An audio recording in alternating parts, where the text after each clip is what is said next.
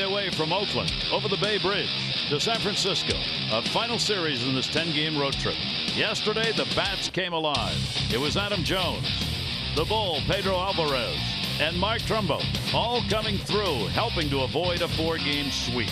Tonight, Bruce Bochy and the Giants look to Matt Cain. Buck Showalter and the Orioles to Dylan Bundy. Two teams battling for the division lead go at it in the first of 3 from San Francisco.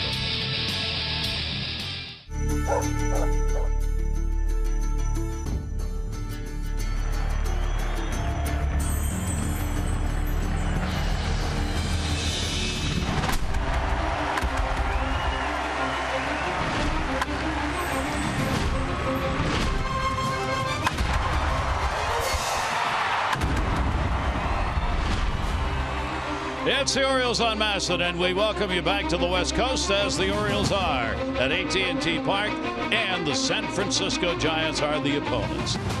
These are very big ball games for both of these teams as the Orioles battle against Toronto and Boston for the lead in the American League East, while it's the Giants and the Dodgers yet one more time in the West for the National League. Hi, everybody. I'm Gary Thorne, and welcome for the Orioles. Last time here, 2013. Overall, these two teams share a 6-6 mark historically. Last game played here, though, the Orioles, a rubber match set. Third game, and the Orioles had a magnificent comeback. Let's take a look. Back to that game. Game 3, 2013, 3-game set. It was right here at AT&T Park. The Giants had a 2-1 lead, top of the 7th. J.J. Hardy off Matt Cain. Orioles up 3-2. Orioles added 4 more in the 8th inning, double. RBI Adam Jones. RBI single would be picked up by Matt Wieters. The Orioles on the big comeback trail weren't done. They would go with the lead into the top of the 9th, 2-on Adam Jones, a 3-run home run off Barry Zito, and the Orioles came away with a 10-2 win in that ball game. Jim Palmer, that was the last time the Orioles were here. They'd love to do the same thing tonight. Where is Barry Zito tonight? Well, anyway, Matt Cain's going to pitch for him. You know, obviously, they go to Oakland. Oakland wasn't playing well. They lose the first 3 games, all one-run ball games, and then Mark Trumbo wakes him up yesterday. You know, Adam Jones, everybody has a really good afternoon, and you'd like to continue that. The problem is, you know, the Giants play very well here. They're 32-21. They haven't been playing well. They're only won 8 out of their last 24 games. But at home, they seem to play well. And then Matt Cain, you know, he's very much like some of the pitchers, I think, Gary, that we saw in Oakland, where going to throw a lot of strikes. He'll mix it around, and you know, the scouting reports is Orioles hit a lot of home runs. Giants don't. Keep the ball down. We'll see if he'll be able to do that tonight. And boy, Jim, is that ever true here in this ballpark? This is a ballpark designed for pitchers. Take a look at the numbers. These are the National League rankings. Yeah, and this is out of the National League, so there's, 15 teams. So you can see, I mean, the ERA is the lowest, the home runs a game the fewest, and you know, there are nights, you know, I tuned in about 3 weeks ago, Gary, there were 5 2-run home runs in here. That doesn't happen very often. The wind kicks up, ball travels like we saw in batting practice, balls flying out of here, game starts. What is it? The sea smoke comes in, and you then like all that? of it. Yeah, I like that. And then all of a sudden, the ball doesn't go. And if you're a pitcher, you got a big smile on your face. The Orioles hoping that they're going to get another great start out of a youngster they are relying on, who's got to be good the rest of the way in this Orioles rotation, and that is Dylan Bundy. Yeah, you know, he's been marvelous. You know, he pitched like 62 innings the last 2 years. Again, arguably one of the best high school pitchers ever to come out. The Orioles give him a major league contract. Had to stay with the team. Kind of been a blessing. You know, the difference between now and the beginning of the year, more arm strength, better changeup, better curveball, and the velocity maybe 93 in spring training, now 94 to 97. I heard Steve Decker, their assistant hitting coach, say his fastball is pretty straight. Well, it hadn't been real straight in the last 2 games because he's just been outstanding. Struck out 9 against the White Sox in 7 innings, able to pitch deep into the ball games. We'll see if he can do it tonight. 2 pitchers who right now are on a roll, both for the Giants and for the Orioles. When we come back, we will talk with Brad Brock, a pitcher who's been laid back a little bit of late. Why? Because Buck Showalter wants him ready the rest of the way.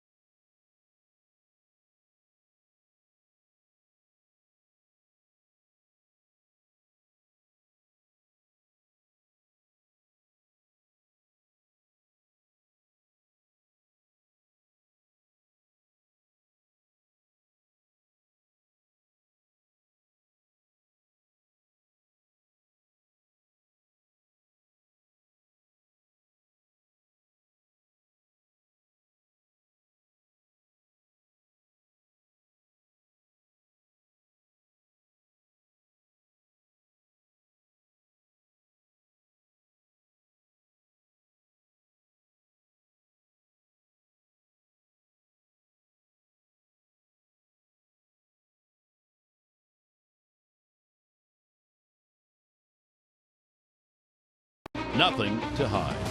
Beautiful night here in San Francisco on the Bay. The Orioles get ready to go. Brad Brock's ready to go if needed in the bullpen. One of the reasons his usage over the last 3 weeks has been reduced a bit, trying to make sure he's ready for the rest of the way. See why. 6-1 record and a 1.21 ERA this year. Innings pitched. They don't want to go very far over the 79, 80 innings he pitched last year. He's got a better strikeout to walk ratio this year than last. Whip is way down, 0.89. So he asked Brad Brock this afternoon, what does it mean to you, this reduced usage, to keep you fresh?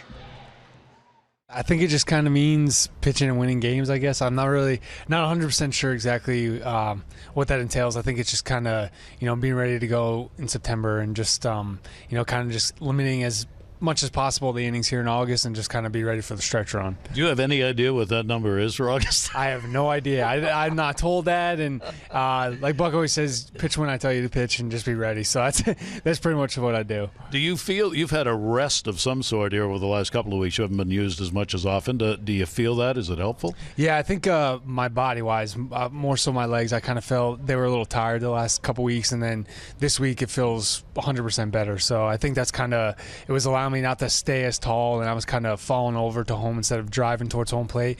So my last time the other night, I felt back to normal, and hopefully I can roll from there. Starters can get into a pretty regular routine because they pretty much know when they're going. You don't. Staying in shape physically, what does that mean? What do you do?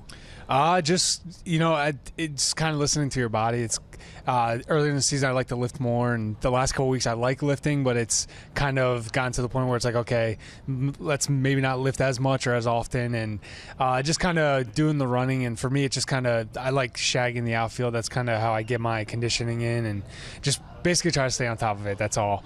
Starting pitchers are going to try and pace themselves, if you will. Do you do less of that, do you find, coming out of the bullpen? Yeah, you don't really have a choice. I mean, you got to be ready to go pitch one, especially if you're pitching the 7th, 8th, 9th inning with a lead. You can't really mess around, especially with a one-run lead. One pitch can change the entire game. So you just got to be ready to go from pitch one, and you let it go. You let it eat for one inning, basically. Yeah. You just go out there and just, throw what you got that night. Get to stay in one city for a whole week. We've done that 3 years in a row with the Orioles. For a player, good or bad? It's not bad. The hotel's really nice here. So, and in Chicago, the Trump Tower, you can't really beat that. So that was nice. So I don't mind it. It's better than having to get on a flight and fly 3 hours yesterday. We got to drive across the bridge, which seemed like it took forever, but it's better than having to fly, that's for sure. All right, Brad, final question. Interleague play. As a player, how do you feel about it at this point?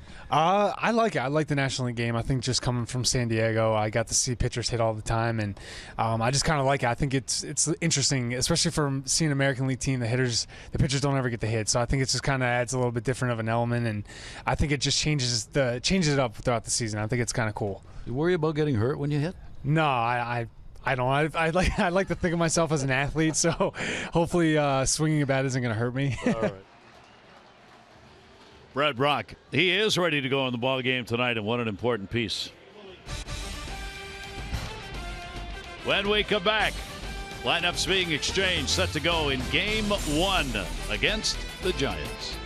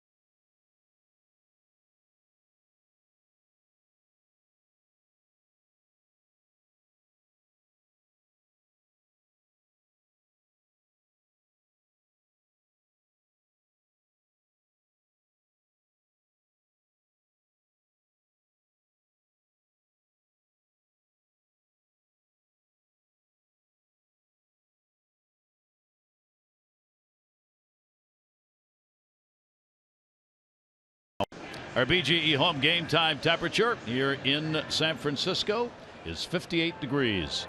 Little breeze blowing out towards right to start the ball game. BGE Home is Baltimore's home team for heating, cooling, plumbing, and electrical. Why would you call anyone else? Camden Yards is a beautiful ballpark and a great place to work in and play in. Entirely different than this ballpark for the players, but Jim, as far as a place to work and of a view, unbelievable. Well, it really is. I think arguably you could say it's probably the best ballpark in the National League. I mean, there's some other ones. I mean, even the ones up in Coors Valley in Denver, Coors Field. But all in all, the backdrop is breathtaking, and it's a great place to pitch if you're a pitcher. If you're a hitter, better pick your spots. Hit some line drives. We'll take a look at the numbers for this ballpark because they will affect the play that's going to go on here in this series. Let's take a look at the Orioles starting lineup, brought to you by Southwest. Transparency, low fares, and nothing to hide. It'll be Jones, Kim, and Machado, Trumbo, Davis, and Scope, Wieters, Hardy, and Bundy. For JJ against Kane, he's had a number of at-bats and done well with it. And Matt Cain out of Alabama. Again, seems like he's been around forever. He's only 31.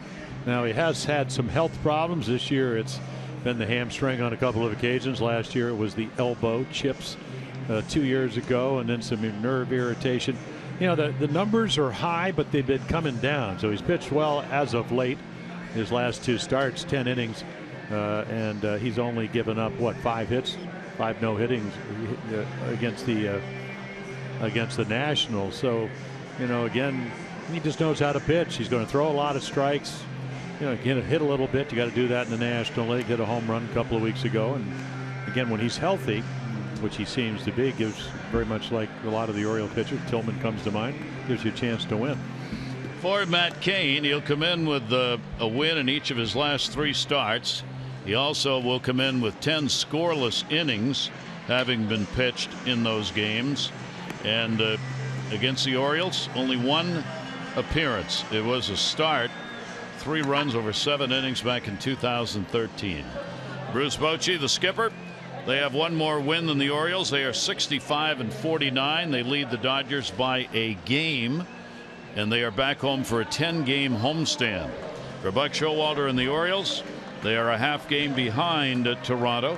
Orioles are 64-50 on the year. Yeah, the Giants get to play 15 in the next 18 games here at AT&T Park in San Francisco. And then the other ones, Gary, the other 3 are down the coast against the Dodgers. So all California games for the next 18. So they have 9 games left against the Dodgers. That's half of those series for the year still left to go. And the team that has caught up to them, 1 game behind. All right, we're ready to go as Adam Jones stands in. A little Friday night baseball for you from San Francisco. Adam, an 0 for 3 off Cain. The only time he's faced him. Will go after the breaking ball for a strike. Well, he's been red hot. Yesterday they had a 7-0 lead. As it turned out, the game ended 9-6. So you wanted to add some runs, and they did. And he was a big part of it. Adam will go after an even slower pitch, 76 miles an hour, way out in front on the swing. Well, he's got a curveball, slider, fastball, and changeup, and the Orioles are going to see a lot of those. That's what happened over across the bay in Oakland. He knows how to pitch. Has been in big games postseason before. Adam Jones will go after a heater. He'll be late on it.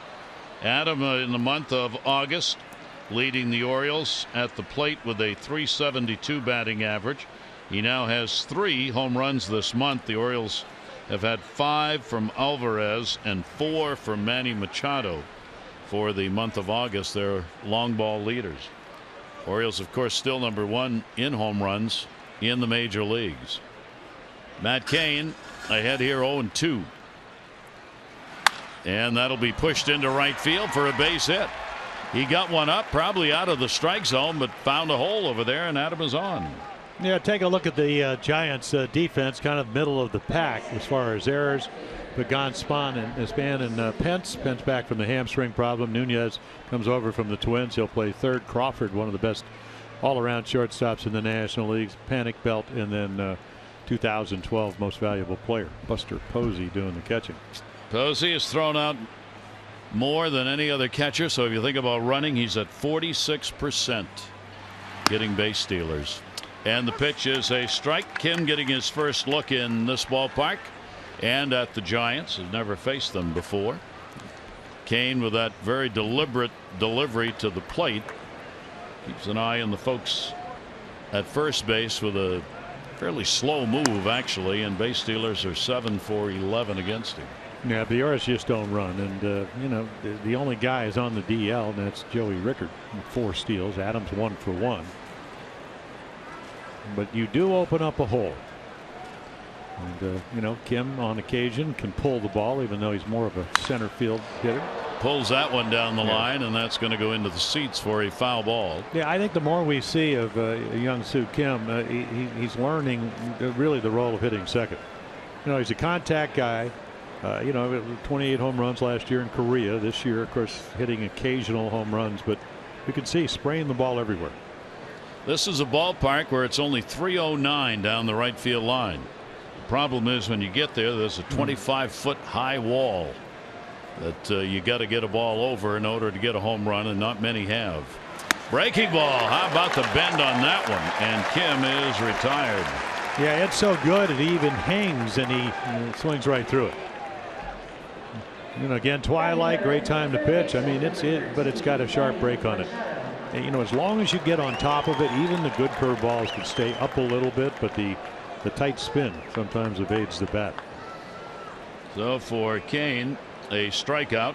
Jones still on at first base, 1 down, and here's Manny Machado. Manny also has an 0 for 3 going against Kane. Adam Jones, decent lead over there. Pretty good throw as Bell puts the tag on. They've watered it down pretty good over there, even though the Orioles don't run. It's going to be tough at first base to get anything other than a slippery start.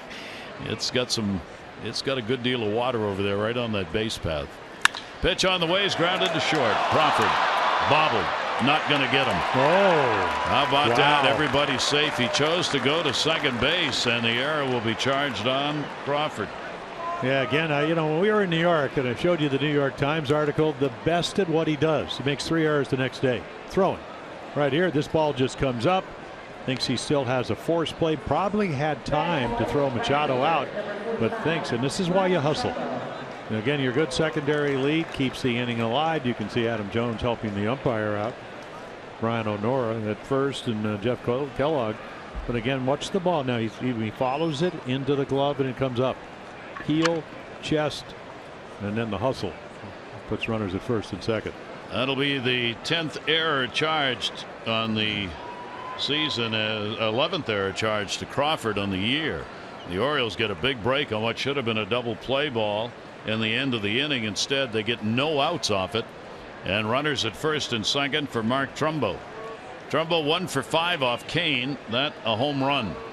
The Orioles trying to get on the board here in the first inning. Pitch on the inside corner for a strike. So Mike Trumbo, he's played in this ballpark. He and Hardy a good deal. He's just hit 133 here in this ballpark with 1 home run against the Giants at AT&T. What matters now is a base hit and get somebody in. Runners off first and second. Kane's delivery to him again, working inside. He'll get it there. I'm going to take a look. 5 RBIs yesterday. The second part of that 5 RBIs after he single in the 4th is a grand slam. So again, a couple of 5 RBI games this year for Mark Trumbo. Certainly turned the offensive tide for the Orioles yesterday. Trumbo hitting .308 with runners in scoring position on the year. Matt Cain delivers to him, set up outside, down low. Posey will be there to block it, and the count will go to a ball and 2 strikes. The Salamis this year in the majors: Orioles, Astros, Nationals, all with 5. Boston and the Cubs have 4 apiece. Yeah, he'd take exactly what he did yesterday in the 4th, which is just put a nice level swing on, hit a nice soft line drive over second base. They put the shift on, way off the first base bag. Jones and Machado, the base runners for the Orioles. Outfield shaded to left, stayed outside. Posey framed it, does not get the call on it though. Kane thought he had a strike. Well, that's the slider. You know, he's got the hook. We've already seen that. And this is just a nice little slider. Boy, it looks like it might have gotten the bottom of the strike zone, so maybe the Orioles get another break here in the first. Alan Porter, home plate umpire, pretty even up umpire historically. Not a lot of favoritism in his strike zone for either hitter or pitcher. 2-ball, 2-strike count. Trumbo. Runners edging off. Kane's delivery to him. That one will be way outside at 79.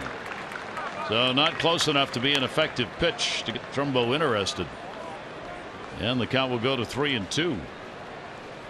So Matt Cain trying to pick up his teammates here. In this case, Crawford, after that error. All these pitches he's throwing are extra pitches. He should have been out of the inning. 3-2, only one away. And timeout asked for at the plate. Yeah, and the other thing, when you go 3-2 and the quality of your pitch, you got a guy leading the American League in home runs. You'd rather not have to throw just to get me over slider. Right, to be able to pitch, maybe strike the ball. I'm not sure you can do that 3-2. 3-2 delivery, and that'll be foul back. One of the things to look for in this series, Timmy, if we can get a shot in right center where the 421 mark is, it's in that power alley out there. From that 421 mark going to right field, if you go all the way from there over to the foul line, there have been 16 home runs hit there by right-handers in 16 years. That's how hard it is for a right-hander to get a ball out the other way. You got that deep alley at 421, then you got that big wall, 2 of them actually, going over to the foul post. So right-handers don't get many opposite field home runs in that triple alley. Down to third, chance for 2. There's one. Relay, they get it around the horn. Nunez to Panic to Belt, and a big double play ball picked up by Kane. No runs, 1 hit, 1 error, and 1 left on base. We'll take a look at the Giants lineup when we come back.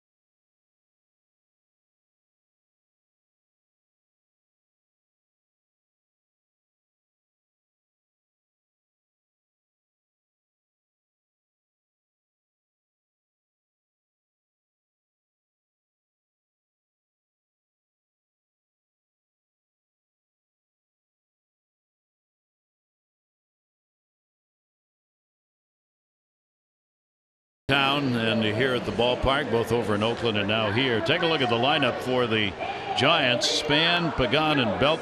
Posey, Crawford, and Pence. Nunez, Panic, and Kane. Brandon Crawford last 3 hot bat. So Dylan Bundy, it will be at his 6th major league start tonight, and the last 2 have been really special. Again, I mean, velocity up, curveball, change up, 94 to 97, throws a lot of strikes, you name it. Very, very happy fly ball pitcher. Dylan Bundy will deliver one up and away to Denard Span. All of these hitters seeing Bundy for the first time. Span, center fielder, in that leadoff spot. He'll go in the air to left center field. Adam Jones on his horse trying to get there and will. Yeah, that's another ball, and as we look at the rest of the defense, the wind just knocks down.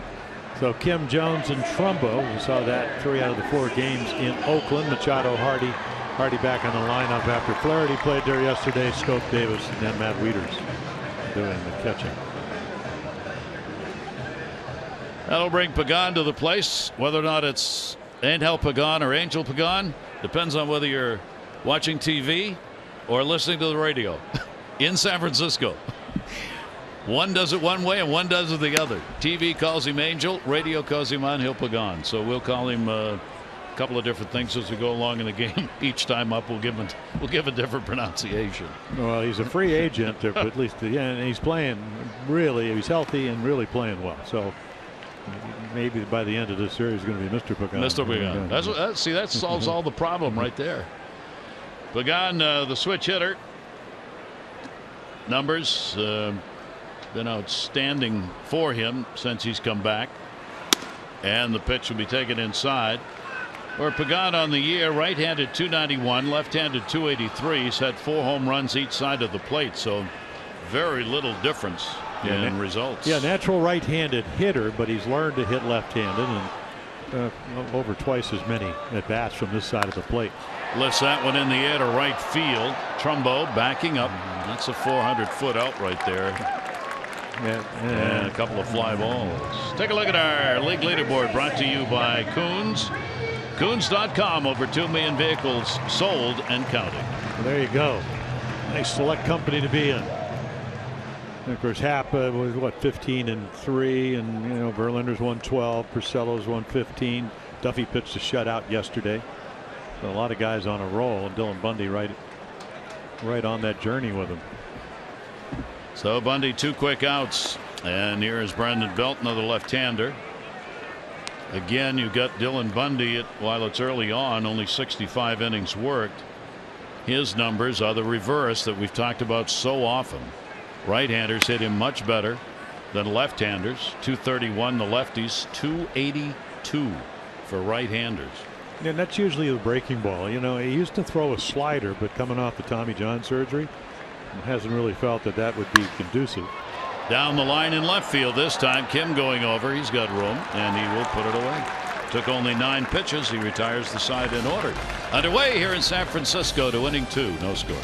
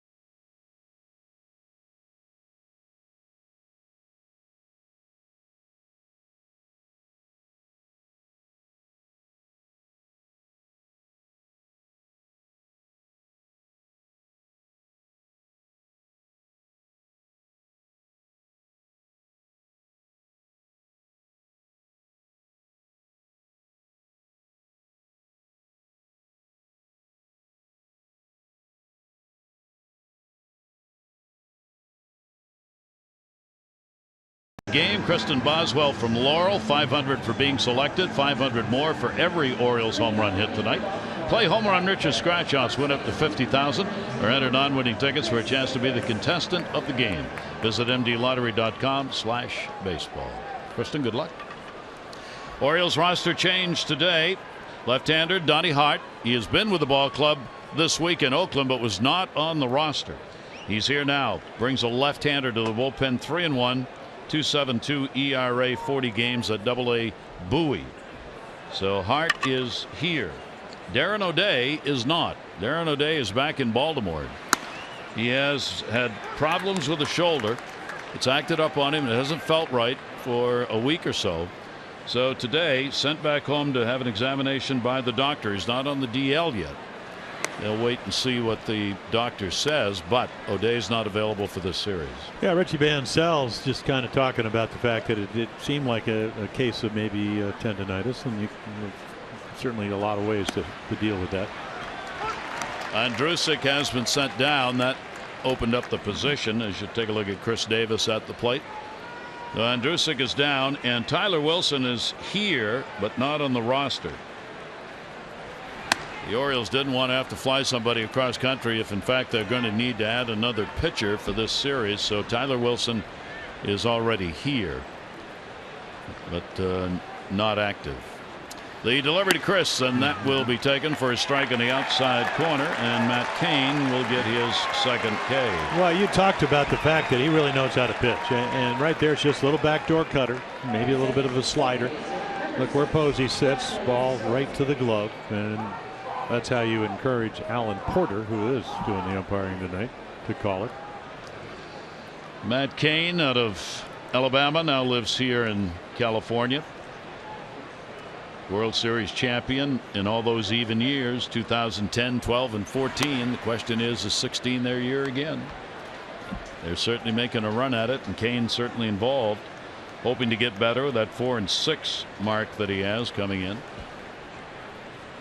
Jonathan Schoop, 3-game hit streak. Jonathan down the line. That's a fair ball through that bullpen area and off the wall. Pagan will get it. Schoop's on his way to second base. 4-game hit streak, and the Orioles get their second hit. Yeah, the one thing about Matt Cain, I mean, he really has to make his pitches. This is not the Matt Cain that came up and won 16 games maybe 2, 3, 4 years ago, throwing 93-4. He's about 90-91. So again, if he gets to the middle of the plate, that's what happens. And of course, Schoop swinging the bat well, and he gets a rocket into the corner. Jonathan has now moved up to 4th place in the American League in doubles, 31. He's only 2 behind Manny Machado, who is 3rd. And here's Matt Wieters. Matt with an 0 for 3 off Cain. Infield will shift around on him. They put Crawford almost directly behind second base, and the breaking ball will miss down low to Matt. Well, the Orioles again get an opportunity here with a runner in scoring position. Orioles are at 272 as a team. They are 7th in the major leagues with runners in scoring position, which has been a problematic situation for the Giants. That's going to be a fair ball. 3:09 mark coming around to score is Jonathan Schoop. Wieters on his way to second base. Throw not in time, and Matt's got an RBI double, and the Orioles have the lead.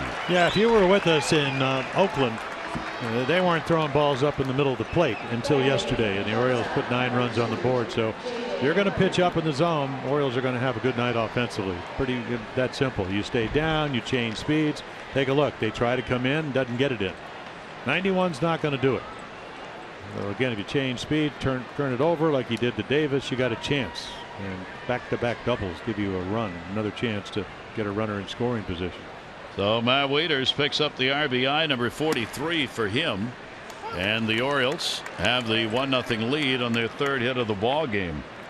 And now J.J. Hardy out of the 9 spot to the 8 hole with Bundy batting, of course, in the National League ballpark. 5 for 17 with 2 home runs off Matt Cain for Hardy.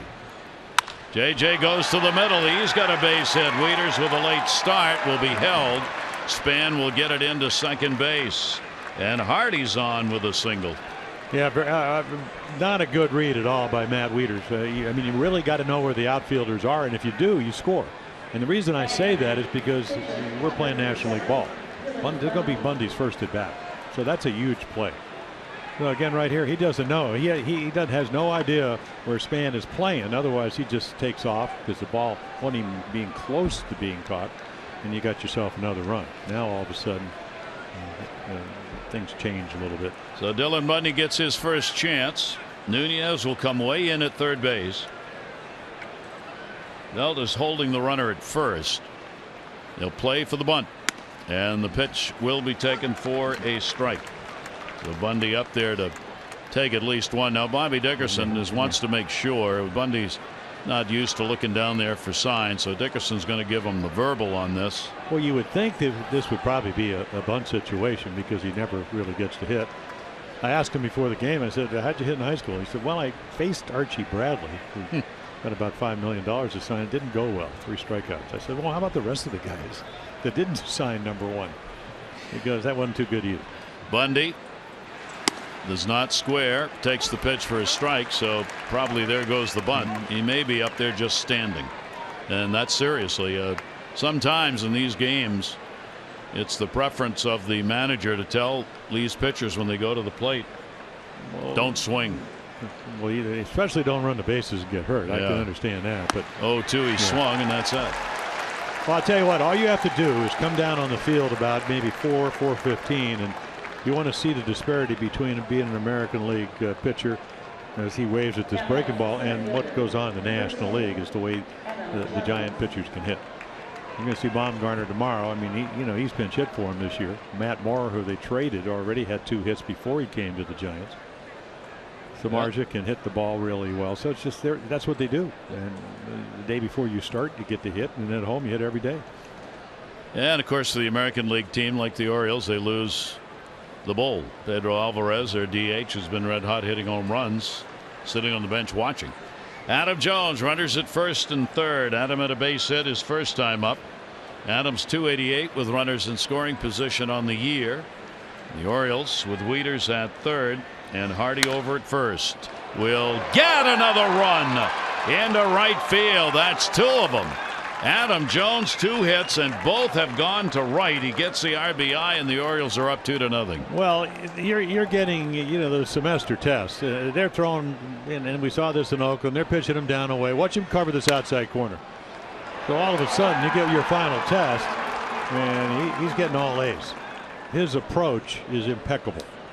He's looking away, reacting in, and all of a sudden the batting average is going. His lifetime batting average is 278, and it's streaking up towards there. 67 RBIs for Adam. 2 on and 2 down. Orioles 2 runs on 5 hits off Matt Cain. And here is Kim, struck out his first time up. Young Soo Kim will take the pitch, and it is there for a strike. So the Orioles getting on the board early against a Giant team that has had a lot of problems in the scoring department, even more than the Orioles have had since the All-Star break.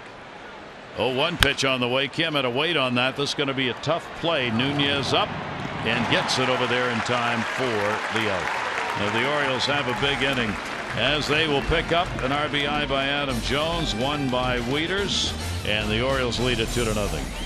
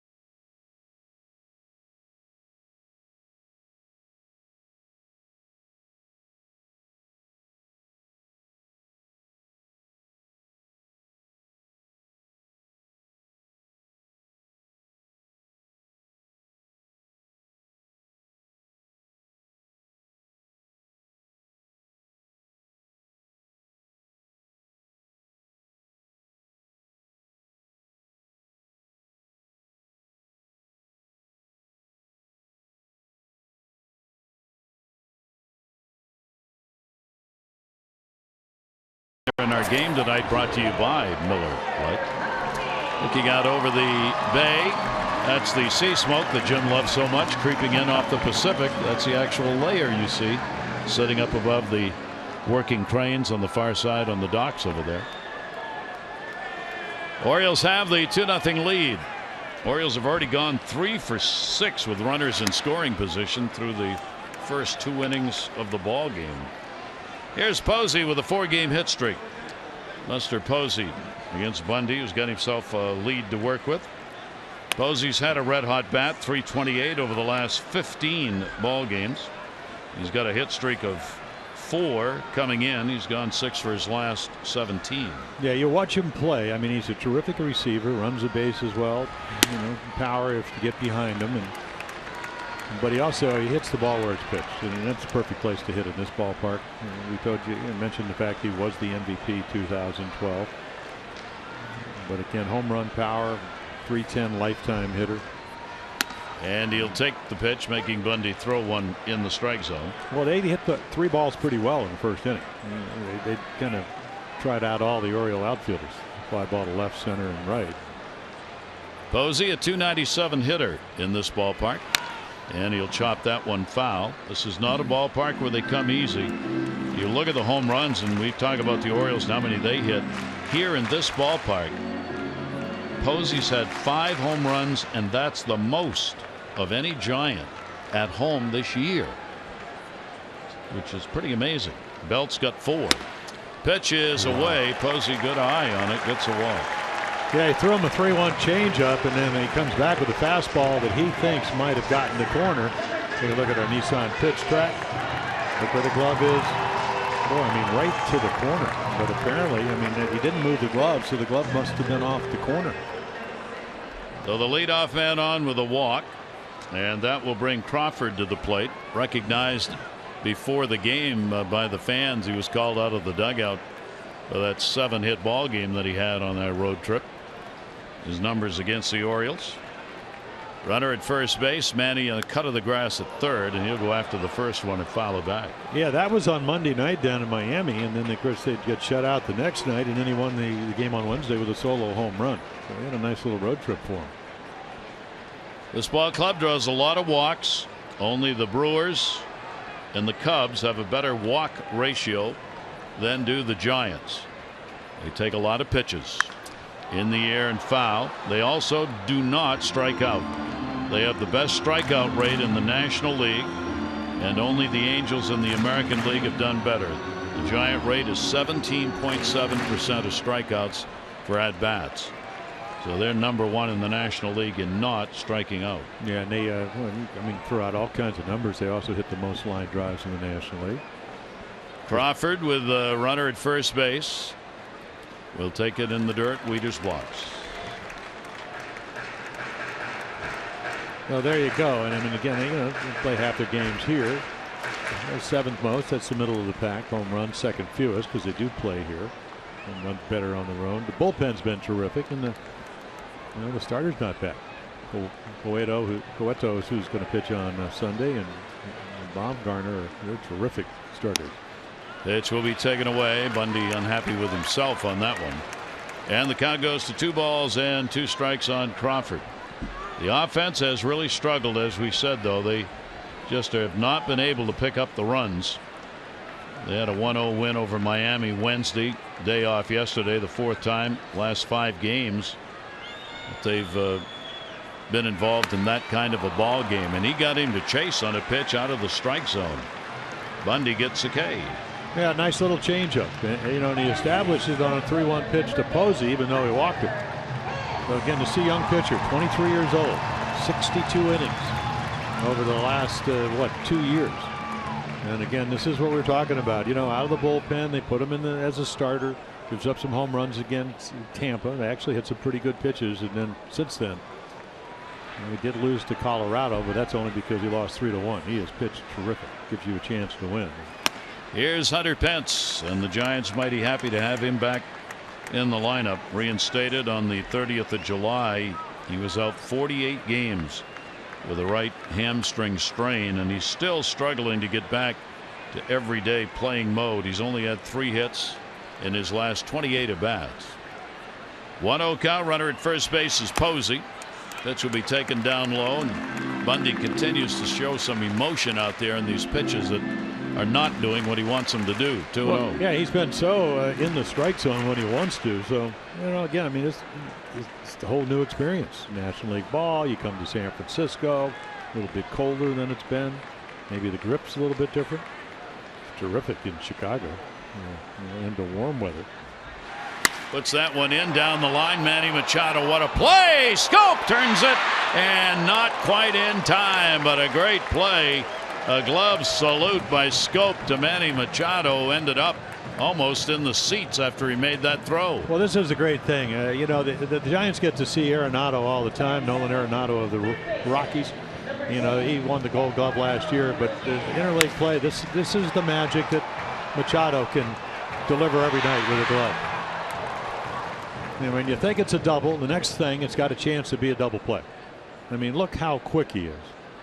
In fact, somebody in Oakland, Gary, I think it was Billy Butler, he said, you forget how good a defender he is because he hits so well. And I said, yeah, but he is one of the best third basemen in baseball. He said he's really a shortstop playing third. I said, well, exactly. Yeah, exactly. Well, that's what we talked about. Other teams begin to recognize the Orioles have 3 shortstops in the infield, and no other team has that. That's why you have all those great arms out there. Manny was a shortstop coming up. You've got the Orioles shortstop in J.J. Hardy. You got Jonathan Scope at second base, who was a shortstop. So 3 big-time arms. Nunez, and he'll go after a pitch up. And Eduardo Nunez with 2 down. Runner on at first base is Pence after they get that force out. Nunez 9 for his last 40. Yeah, he was red hot. I mean, he came over. He was really, hit well against the Orioles in May when we were up there. And then since he's over here, a little different story. And he had him change positions. One playing third base with the Twins.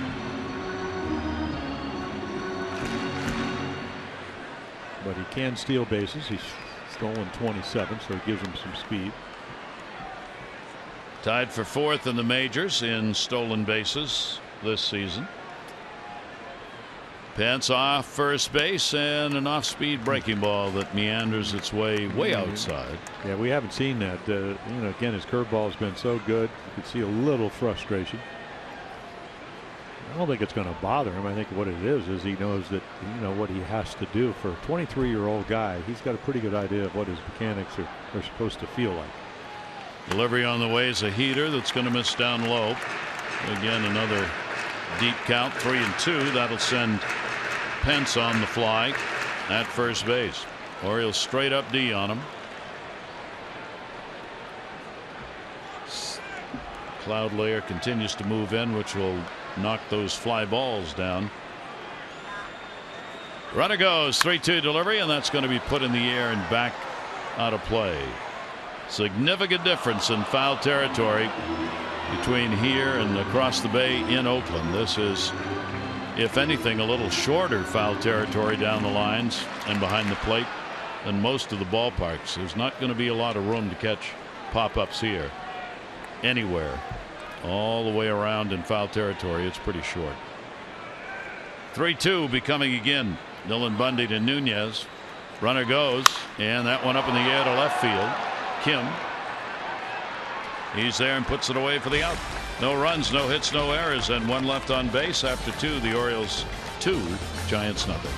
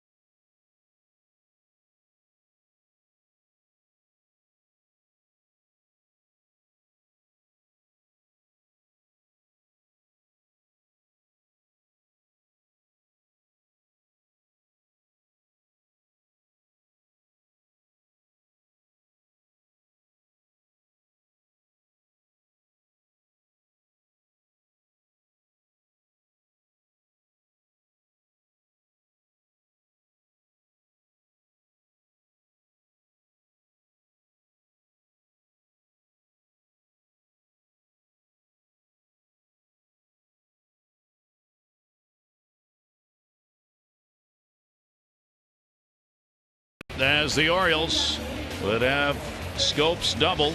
Matt Wieters next batter down the line. Another double and an RBI. Hardy would deliver a single, and then the RBI by Adam Jones, who had followed to the plate, and the Orioles with a 2-0 lead. You know, like 5 pitches where Matt Cain didn't want to live up in the zone. And the Orioles don't miss him. That's what they do. Great high ball hitting team. Fastball hanging breaking ball team. So Matt Cain, see if he can settle in and locate a little better. Well, I'm sure he had a little talk with Dave Righetti. If you're a long-time baseball fan, he was a terrific pitcher in his own right. No hitter back in '83. Machado goes hard into left center field. Manny's on. Leadoff single here in the 3rd inning. He reached on an error his first time up. Yeah, another belter right in the middle, belt high, and Orioles love those pitches. Matt Cain just really struggling here, trying to get that pitch where he wants it to go. Well, you know, it started with Adam Jones. He threw him a slider, a curveball for strike 2, and then tried to sneak a fastball by him. He singled. And that was in the 1st inning, and then in the 2nd, every pitch ended up in the middle of the plate. Mark Trumbo hit into a double play his first time up. Off-speed pitch for a strike. Cain comes in having won the last 3. 2 of those were against the Nationals. One at home, one in Washington, and the other one was against Cincinnati. He's 101 wins and 105 losses in his career. Well, how about losing your first 6 of the year? That's what he did. And then he had the hamstring problems on the DL a couple of times. Trumbo will take it outside. Wow. No, it's on the corner for a strike. Not really, but Alan Porter calls it. Well, the Blue Jays lost to the Astros 5-3, so the Orioles chance to go back into that first place if they can get the victory here in this ball game as the standings continue to seesaw. Trumbo with the 0-2 count. Manny Machado back to the bag at first as Trumbo steps out on Cain. Trumbo 1 for 6 now off Matt Cain with the home run. Outfield deep, playing him to pull. 0-2 delivery by Cain's way outside.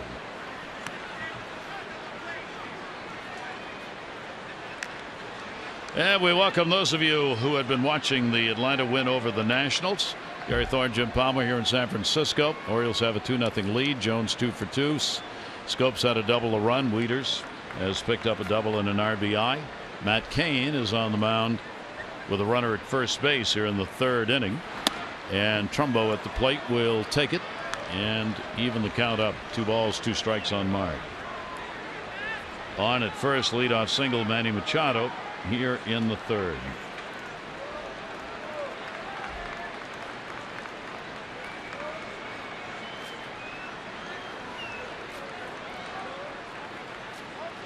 Mark the leader again. The home run race, 1 ahead of Todd Frazier. Goes down the line the other way, and that will be foul. Grand slam home run yesterday put him back on top. Trumbo with 32. Todd Frazier and Encarnacion with 31 each. Manny Machado's moved into the top 10 in home runs, his 26th, placing 8th at the start of the day. 2-2. Trumbo to be followed by Davis. Lights taking effect here at AT&T. Runner not going. Trumbo off the end of the bat. Our PNC inside the numbers. Oh, there you go, and that's the Giants. Again, they're 6-12, I think, 8-16 since the All-Star break, but 5-12 on the road, 3-4 on the home. So that's been a combination. Won't throw as many here. Because when they came back, they thought they'd have a good series, and then Cincinnati lit them up. 35 home runs allowed. Wow. 2 ball, 2 strike count. Trumbo hanging in. Matt Cain again the other way, fouls it off. Emergency hack.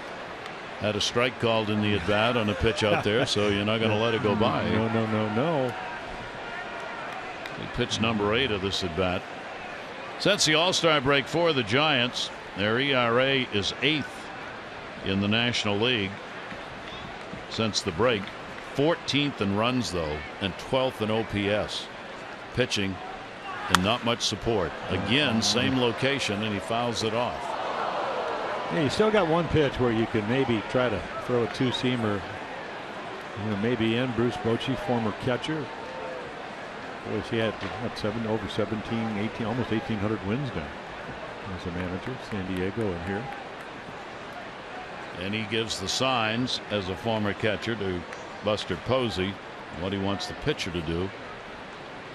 2-ball, 2-strike count as far as throw over, step off, whatever. That one is drilled. Oh, did he get that one? Way back in left field, and goodbye home run. Out of the yard. What a shot. The home run leader delivers number 32, and I mean, he got all of that thing. Wow.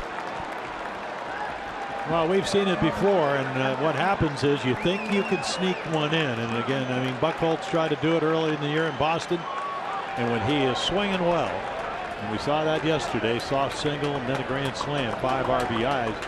Yeah, you think you have it set up. He actually tries to get it in, and it just doesn't get there. 91. You don't throw a lot of balls by people. Take a look. Posey slid to the inside corner. You can see the two-seam fastball, and it's gone. Doesn't get it in. You can see Posey, Buster ready to catch it, and this ball is walloped. Number 33, and Trumbo knew it off the bat. And for Kane, that's the 14th home run that he has surrendered, with 10 of those hit by right-handers. And the Orioles have jumped on him here in this ball game. They've got the 4 runs, 7 hits, 441 feet, and 113 miles an hour. Wow. Yeah, I mean, 77 is the average. And that's up there with some of the, maybe not distance-wise, but at least velocity of ball off the bat. Probably in the top 5. Change up and right off the inside of the foot.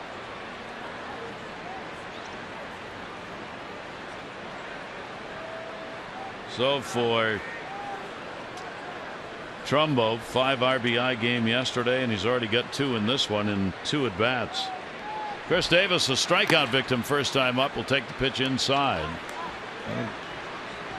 Chris would like to join the party. Like getting one of those hot streaks. Got what 4 hits the last 2 games, but again hasn't really been driving the ball like he can. Called out on strikes his first time up. Will go down in the count 2-2 on that swing. Yeah, Matt Cain says I don't have a very good fastball, so I better try the change up. That's what that pitch was. Curveballs and sliders. That one's going to be a base hit, and Cain's just not fooling anybody here. So the Orioles have had a single, a homer, and a base hit here in the 3rd inning, and already have racked up 8 hits against Matt Cain. On Tuesday, the Birds return to Camden Yards, a pivotal 2-game series against the Red Sox. Hope you'll get out and cheer them on Tuesday and Wednesday. Note those are both night games at 7:05. Good seats remain. Orioles.com or 888-848-BIRD. And for the home run, our Maryland Lottery contestant, Kristen Boswell, that's worth $500. Congratulations. Jonathan Scope, a double and a run scored, will chase the breaking ball away. No action for the Giants bullpen. It is just the 3rd inning of the ball game, but 4 runs on 8 hits. Well, they're hoping he can get out of this inning, and then you may pinch hit with him. You got Panic, the 8th hitter, leading off the next inning, and maybe you'll pinch hit at that point. Comes inside. Posey had set up exactly the other way. Wanted the pitch outside. And Kane with a 1-ball, 1-strike count. Yeah, if you're on your game, and the Orioles, as we saw in Oakland, can be a very aggressive hitting team, and when you pitch down in the zone, susceptible to quick pitch counts. Jonathan chases one down and away, foul tipped into the mitt, 1-2. But if you don't have your best stuff, or you don't have your best command, it'll be a short evening. Jonathan Scope, 4-game hit streak now. He's had 4 hits in 11 at bats during the streak. He has had as long as an 11-game hit streak this year. That one he'll put back into the seats for a souvenir. And a ball and 2 strikes. For the Orioles against San Francisco, the series goes back to 2002. They played here 2-1 in that series. In 04 they played at Camden Yards, went 1-2. 2010 back out here 1-2, and then 2013 went 2-1. Scope on the swinging strike is gone. Yeah, he's going to go back to the bench and scold himself because he swung at it. The first pitch was out of the zone. This one's out of the zone. And again, when Jonathan gets into these streaks, and it really hasn't been the case, gets himself out. Kane, of course, he's closing in on 2,000 innings, so he's been around. Young hitter, out of the chase. And Matt Waiters. Matt with runner on at first base. Davis, Waiters a double and an RBI.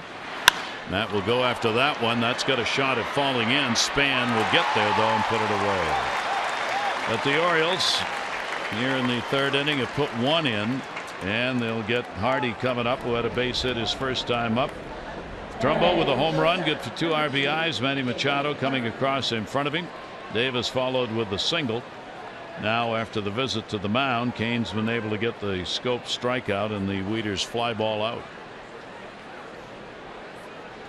Those numbers for JJ going up, and batting average now at .281. The base hit in his first at bat. Yeah, and the pitch will be inside to him. Yeah, the other number, I mean, really impressive. He's almost hitting .350 with runners in scoring position.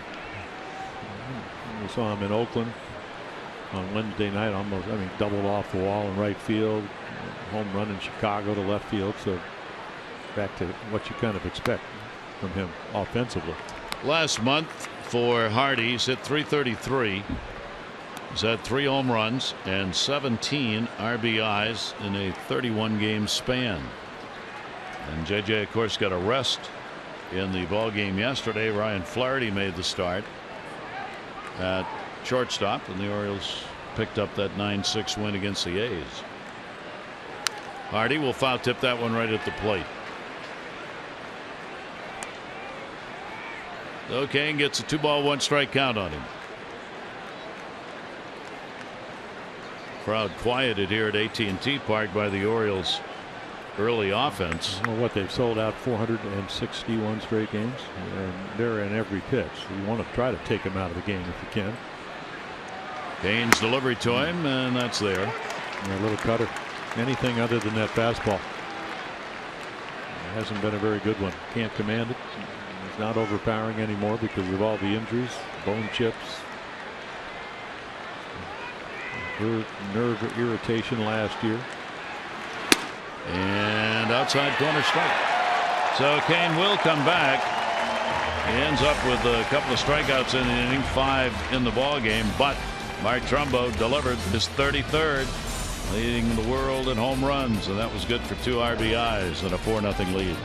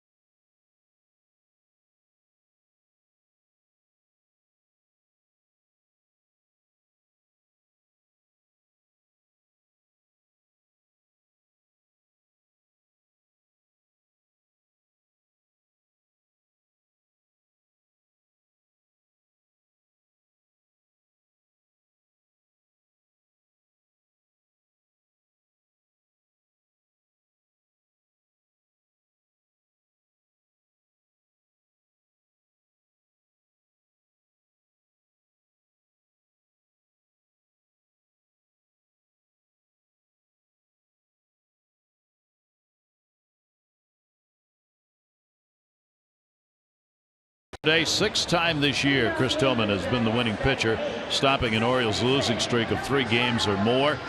2.93 ERA by the O's rotation over the last 7 games, outstanding, and a 3.55 team ERA since the All-Star break. That is the 5th lowest in the American League. Yeah, the starters have been a big part of that because the bullpen's just doing what they've been doing all year, which is to be consistent. So, again, when your starters pitch longer and they pitch more effectively, you'd think a game under 500 that maybe they'd even be better than that, but the hitting is not where they want it to be. Panik will take that one to right field and get a base hit. So Panik's on with a leadoff single here in the 3rd inning, and that is the first hit for the Giants. Yeah, hanging curveball. So that's just like throwing a fastball down the middle. And Chris Panik, the last couple of years, 300 hitter. This year had a concussion, so it's taken him a while not only to get back, but also to get back into swing. And he gets a great pitch to hit. Don't miss it. Matt Cain, bunt situation. He's had a couple of hits, 24 at bats, 1 double, and a home run, and 5 RBIs. Manny Machado's joining him in the batter's box, coming in from 3rd base. Cain does show will take the pitch away for a ball. Well, this is a whole nother facet of pitching in the National League when they're going to give you an out, even though they will do the butcher ball, where you fake a bunt and swing away. They work on that every day. Saw them doing it around again about 4:30. But when you're Bundy, you don't have guys giving you outs in the American League. So, make a pitch, make him put it into play, take the out. Delivery on the way, and he was not going to bunt and did not go around. Brian O'Nora down at first base. So that time again, looking fastball. Bruce Bochy says that, hey, you may get one, but it's out of the zone. Did he swing? No. He's got a 120 career average, 7 home runs, 573 at bats. Manny Machado's not buying the I'm going to swing. He stays in at 3rd. Pitch on the way. Pitch will be taken outside. And that's not where Bundy wanted to go. 3-0. Well, Dylan Bundy is not as sharp as he's been in his last 2 starts. We've seen that all night long. We've seen him talk to himself. Maybe a little different rhythm, different feel. Think he'll take a pitch? Better. It's there for a strike.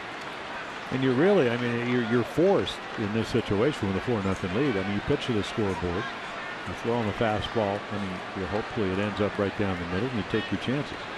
Now Manny still looking for a bunt. Inside out swing. Trumbo's right there. He's got it. Took a while, but they get the opposing pitcher, and there's one down. Fireworks night's coming back to the ballpark. Orioles take on the Astros. That's next Friday. It's presented by the Baltimore Area Credit Unions. So we hope you'll gather up family and friends, and we'll see you at the yard. Fireworks night. Tickets at Orioles.com. Top of the order, and Denard Span. Span stands in, having flied to center field. His first time up. Runner still at first base, only now 1 down. And that one's going to be down the line and into the seats, first row. Panik will go back to first base. Ballpark opened up in 2000 to rave reviews, and not much has changed around it. Still looks about the same, and beautiful and packed. 0-1 count on Span. Depending on the demand down that right field line at field level, folks can come in and stand and watch a few innings, an inning, a couple of innings. Just depends on how many people want to do it. They rotate folks in and out of there to watch games. 0-1 delivery on the way, and that's going to be outside. And Span, a 1-ball, 1-strike count. Yeah, it comes over from the Nationals last year. All kinds of injuries, hip, back, core. So he really missed, I think, 68 games, but usually around the 300 mark. Good outfielder, can steal a few bases, 12 this year. Runner off first, and took a hop step before the pitch was even delivered on that, and the count goes to 2-1. as though he was trying to drive it to left. Well, the home run he hit on the last road trip, won him the game up in Philadelphia, was down and in. I mean, he just hit a screamer just inside the foul pole in Philadelphia. 2-1 delivery on the way to him. That's going to be a base hit into the gap the other way. You got to cut that off or it'll roll all the way to the ocean. Trumbo's got it. He'll get it in. Panic's going to come home. They got a shot. Scopes throws way off the mark. Won't see many of those from Jonathan Scope. He airmailed that one. And it will be a 2-bagger and an RBI for Span. 4-1. Now you kind of coach to the ballpark, and Roberto Kelly, the third base coach, is going to send him. Trumbo actually makes a nice play. You can see the new sod from the concert. And then here's Scope. Maybe a good throw gets him, but it's up and nicely backed up by Dylan Bundy. But again, you're getting into hitters counts, and the Giants are going to do damage if Dylan Bundy stays in those kind of counts where he keeps falling behind. 34 RBIs for Span, his 17th double. And here's Pagan, still only one away. Runner at second base. Pagan flying out to right his first time up. Bundy's pitch to him, and he'll uppercut that one foul back into the seats. This has been an area where the Giants have struggled since the All-Star break. Even before that, they're hitting under 200 since July 1 with runners in scoring position. That's very low. 179 mark since July 1. Nobody lower. 245 on the season. So, of course, the Orioles, they've struggled too. They were about 285 at the All-Star break. They're down to 272. Giants at 245. But of course, like Bruce Bochy was saying, hey, everything changes if you just play up to your potential. These guys have played. The Orioles hitters have produced runs. Giants aren't going to hit as many home runs, but they're a better hitting team than they've shown.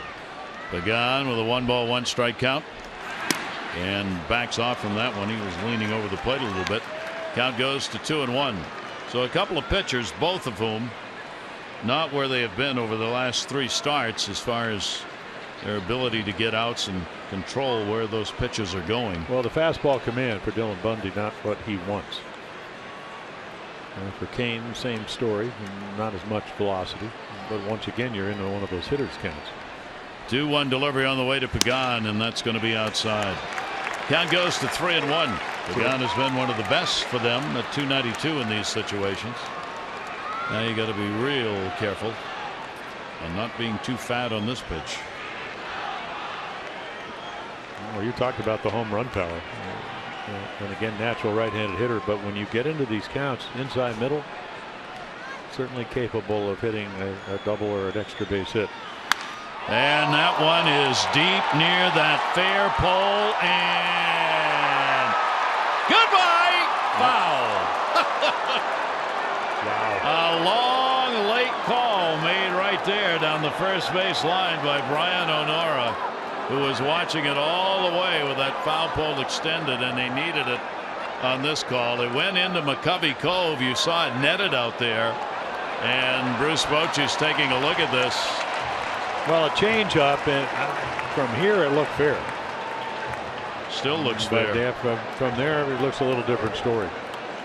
Wow. So again, thought it could throw him something other than a fastball, and he still almost hit a home run. Right there. So he hooks it just inside the pole, or I guess outside the pole, depending on which way you're looking at it. Souvenir into the water, but foul. Here's the 3-2 delivery, and Pagan will foul that one off the other way. Well, he really unloaded on that one. Pagan's got a 9-game hit streak. He's had 12 hits in his last 41 at-bats. He's, of all the bats in the lineup, he has had the most extended streak for the Giants. 35-year-old veteran. A run in on the Span double. He's at second base. 1 out.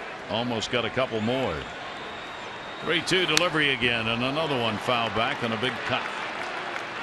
Yeah, they're really good situational hitters in the sense that when they'll look for something to drive when you get behind them, and now when you get to 3 and 2, they're willing to use the whole field. It's just a tougher approach if you're trying to pitch. There's no room or margin for error. Got a 4-1 lead. Was 4-0. Don't want to walk anybody. Pagan battling on a 3-2 delivery, and he walked him on the 8th pitch of the at-bat. So the Giants here in the 3rd inning with 1 run in, have 2 on and 1 down. Second walk surrendered by Dylan Bundy.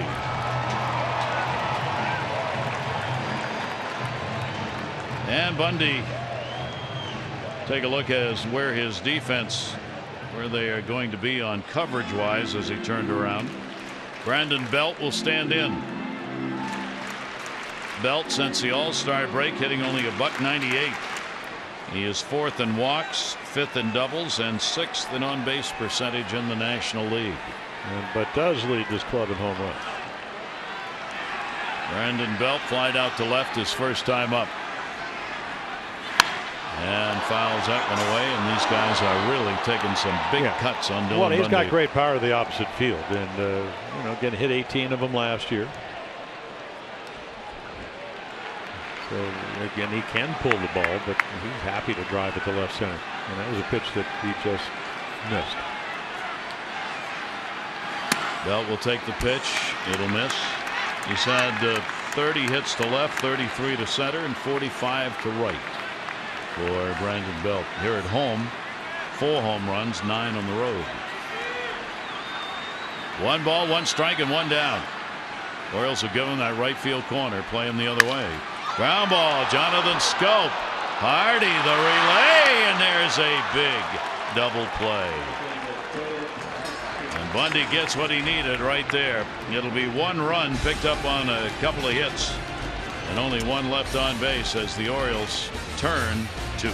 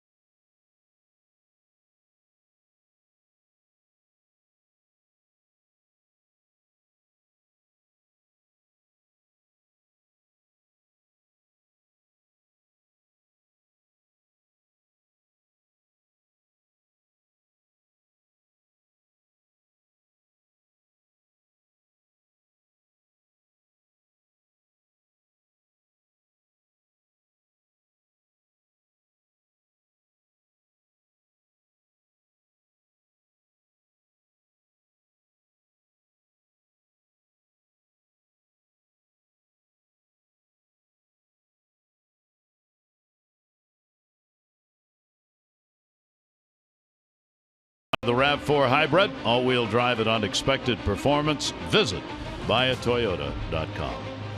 Eric Thorne, Jim Palmer with you here at AT&T Park in San Francisco, and the Orioles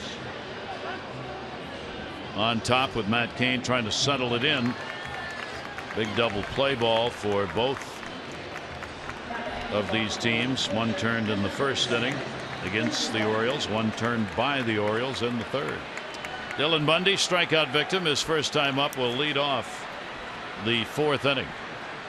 4-8-0 for the Orioles, 1-2-1 for the Giants. Bundy waiting to be moved into the box by the home plate umpire, who's looking out at center and staring. A little commercial break. Now Alan Porter says you're allowed to. Clock was done a long time ago. I don't know what he was looking at. He'll stand in. Bundy, then Jones and Kim. See smoke. Pitch on the way, foul back. Yep, we're getting that fog rolling in. The sea smoke coming from left to right here in the ballpark, as it does each game, so you'll see that show up right there. Kane's delivery, breaking ball in there for a strike. Orioles RBIs, Adam Jones 1, Trumbo 2 on a home run, Wieters 1 on a double, and Bundy a swing and a miss.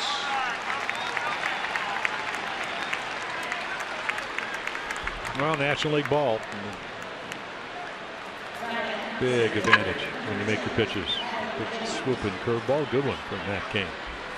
He's already got 6 strikeouts in the ball game. His high this year is 7. Well, Gary, it's not about the breaking ball. He hasn't been hurt on any of them. It's just he had a series of bad pitches with his fastball. And I mean, really, as we mentioned earlier, it started with Adam.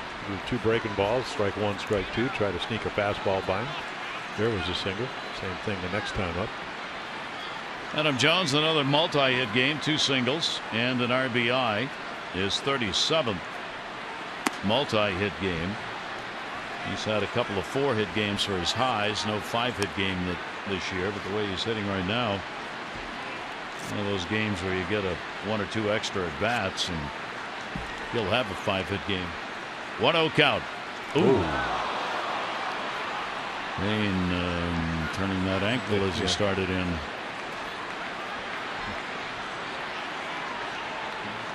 Again, you got to dig out a hole, and you can see him slide his foot in, and as he goes, you can see his foot come right over the pitcher rubber. Now, there are pitchers, remember the great Sandy Koufax actually would put the spikes in front and on the pitcher rubber, so it gave him more impetus to home plate. And a swing and a miss, pretty good to be able to come back with that kind of a pitch when you're not sure your footing's going to hold up. And Adam with a 1-ball 1-strike count, and didn't throw the fastball, came in with the off-speed pitch. Well, I'm sure Dave Rigetti, there he is. He's been here 17 years. He's a terrific starting pitcher. Didn't saved over 250 games into the bullpen. 1-1 delivered to Adams, scooped on a bounce outside. You're a veteran pitcher. Sometimes your breaking stuff's going to be done. So you kind of pitch around the fastball. Now, listen, couldn't do it for Trumbo, and then back in the second. Game's not over by a long shot. Adam will go after one down and away. Foul tip, said the home plate umpire, into the mitt. I mean, if you watch the films from the Oakland series, Graveman threw some breaking balls, but mostly 92 to 94 mile per hour sinkers. Zach Neal used all his pitches. You would be prone to say, hey, keep the ball down and throw a lot of off-speed pitches. 2-2. So Kane will take it full on Adam. 3 balls and 2 strikes. With 1 down, nobody on here in the 4th inning.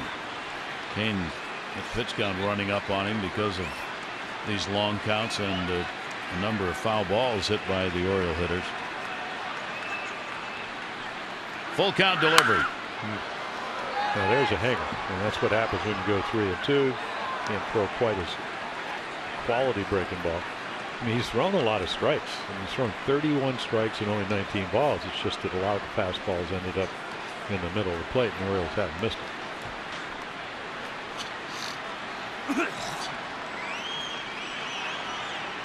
Kane has been a 5-inning pitcher predominantly for them this year, as many of the veterans are becoming. There's the walk on the pitch away, so Adam Jones with a quality at bat gets on. Well, Night Owls, you want a little late night text alert when the Orioles are out west? Text late to 29292 for in-game alerts you can't miss. That's late 29292. Standard message and data rates may apply.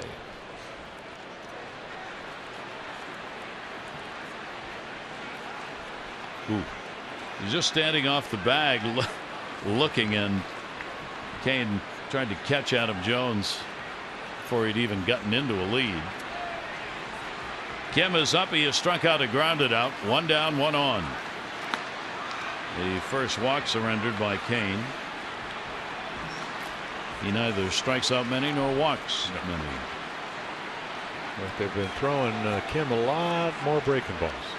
He's able to get the bat head with a fastball. And Kim will take it away for a ball. So again, he started out spring trading, went 0 for 23, and then he got to play a little bit. Wouldn't go to the minor leagues. All of a sudden, he seemed to figure it out, and now they're trying to figure him out.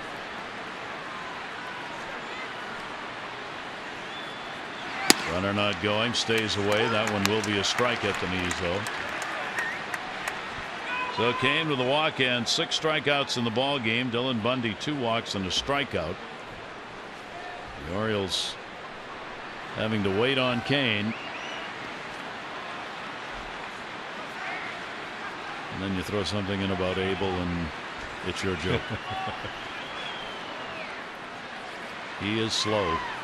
1 ball, 1 strike. Kim really off speed. That one's going to miss up. So a 2 ball, 1 strike count. Now the other thing is when you're standing on first base, you don't really know what should I put. You'll go to the stretch position, but you can't really see it. Catfish Hunter used to do it this way.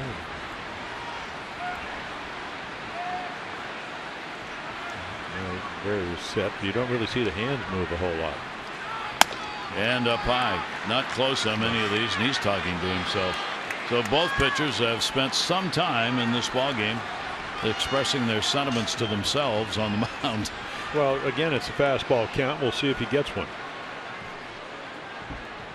Kevin, his first game against the Giants, 3-1. Adam Jones off first, and Kim does, and he does. That's going to go to the wall. Jones a good read, heading over to third. Pence will pick it up. Bobby Dickerson will hold Jones. Cutoff man is hit. It'll be a double for Kim. And the Orioles have 2 in scoring position with 1 out. Yeah, it's really been the story of this night when he has to throw fastballs or does throw fastballs in the middle of the plate. Here it is, 3-1. They get smacked. And again, he hits it so hard. I mean, and actually by hitting it hard, Jonesy can't score. Maybe hit a little softer down the line. Getty's going to come out and have a talk with him. But again, second and third. And the way Bundy, with his command, as we look at George Contos, you need to get him as many runs as you can. Kane clearly does not have it tonight, and they had hoped to go a little bit deeper, but it's not there, and they're trying to give the bullpen some time now. In fact, clock has expired, Rags. See ya. Home plate umpire Alan Porter out there to break it up after 30 seconds. So the Orioles force the infield in this 4-1 ball game. That's 9 hits off Matt Cain. Yeah, that's not the way you want to face Manny Machado. Manny with runners at second and third. He's delivered a single, has scored a run, and he has reached on an error. Manny hitting .341 in August coming into this ball game, and a big RBI chance. Pitch is on the inside corner for a strike. Yeah, I can't imagine he's going to throw him a fastball other than to kind of use it to eventually get to the breaking ball. But that was kind of a backup slider that just stayed on the middle of the plate. 0-1 delivery on the way up the middle, hit him in the leg. Runner's going to stay. There's nobody at first, so everybody is safe. Runner at second. He is caught in a rundown. Kim got caught coming off the bag. Jones is going to stand at third. Nobody's covering second. They get the out. Oh my gosh. They get an out and they don't cover second base and allow the runner, Manny Machado, to move up. So Kim took off. Adam Jones didn't. So Kim got caught between second and third. Now again, I mean, a BB right off the right leg of Kane, and then you can see Kim. He's already out of our screen on the left. Belt doesn't know what to do. Well, I'll get it to the guy that wins the Gold Glove, and then he's going to run him down, and then there's another run down. Meanwhile, Manny Machado, nice base running. And Joe Panic wants to throw it. There's nobody there. Be a fielder's choice for Manny Machado, who goes to second base in a 1-3-6-5-4. Put out in the rundown, which is about 2 throws too many. But that was a weird one. Oh, it's a painful out too. Yeah, line drive off your shin.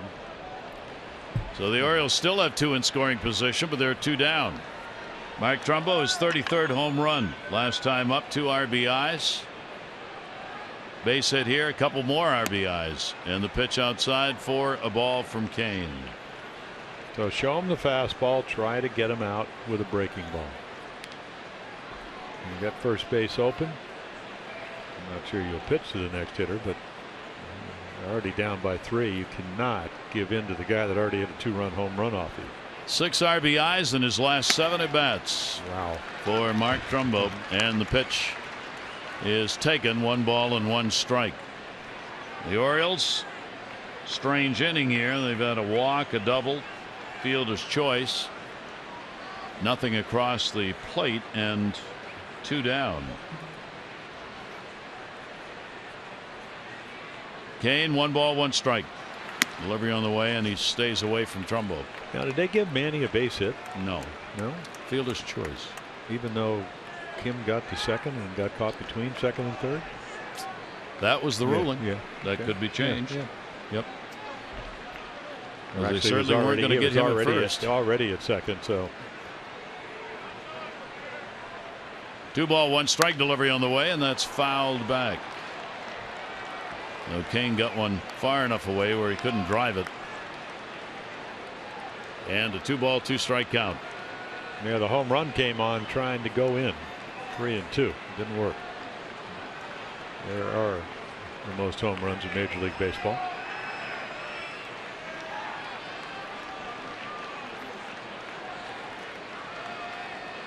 Two away, 2 on. After further review, that last play, credit Machado. 2-2 delivery on the way, and that's going to be fouled back. And now they do give Manny Machado a base hit. 3-6-5-4.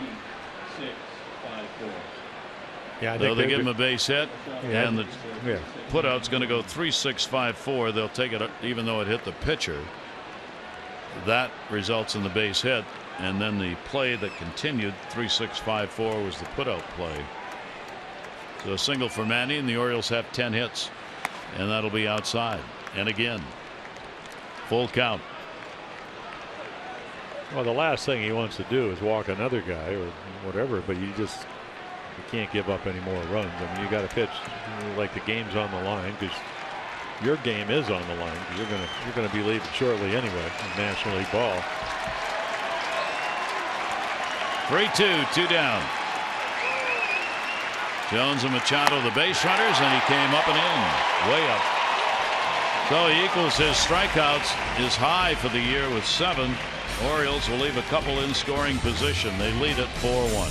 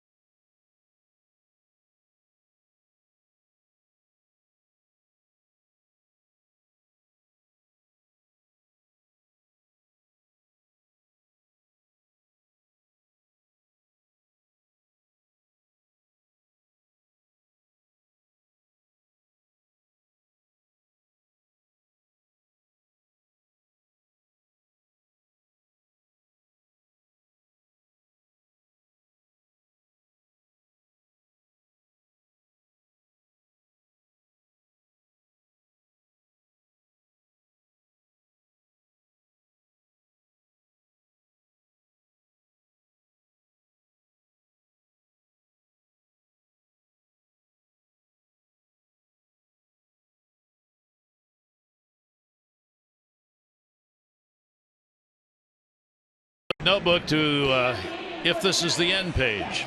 He did play tonight, DH, RBI double his first time up, then 0 for 3. So if that's A-Rod's final game, there are the career numbers. He would finish 4th in home runs, 3rd in RBIs, 8th in runs, and 19th in hits. And whether it really is his last game, it's his last as a Yankee. Or will he go somewhere else? remains in question. And I know one person who's happy that at least this Friday is come and gone, and that's Joe Girardi. Yeah. Well, I mean, they're putting, and he ends up hitting 200 this year. He came into the game at 199.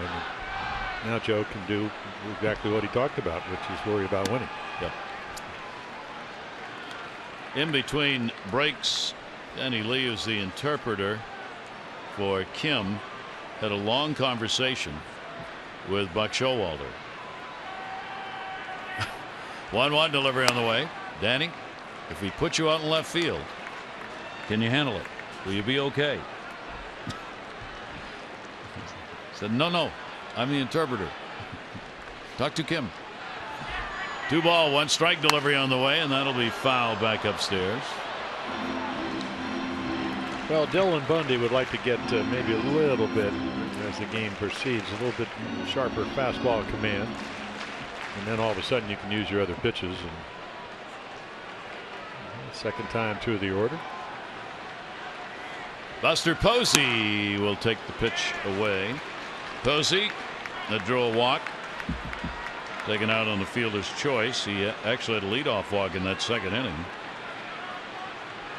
Posey, Crawford, and Pence are due up for the Giants, and he'll fight that off back into the screen. Well, take a look at the guys that again don't strike out a lot. And, Panic, their second baseman. Murphy, of course, Murphy, Prado, Molina, and then Buster Posey. I mean, right there, he just took a perfect 3-2 changeup and flicked it foul. Hopefully, getting another better pitch to hit. Pops that one up off the fist, right center. Trumbo Jones and Adam will get there and put it away rather easily. Actually, pretty long run. Well, next Saturday, August 21st, 25,000 fans, 15 and over at the Astros game. We're going to get the Crush Davis bobblehead. This great collector's item. Almost time to pick it up if you're there and are among the first 25,000 15 and over. Get your tickets at Orioles.com or 888-848-BIRD.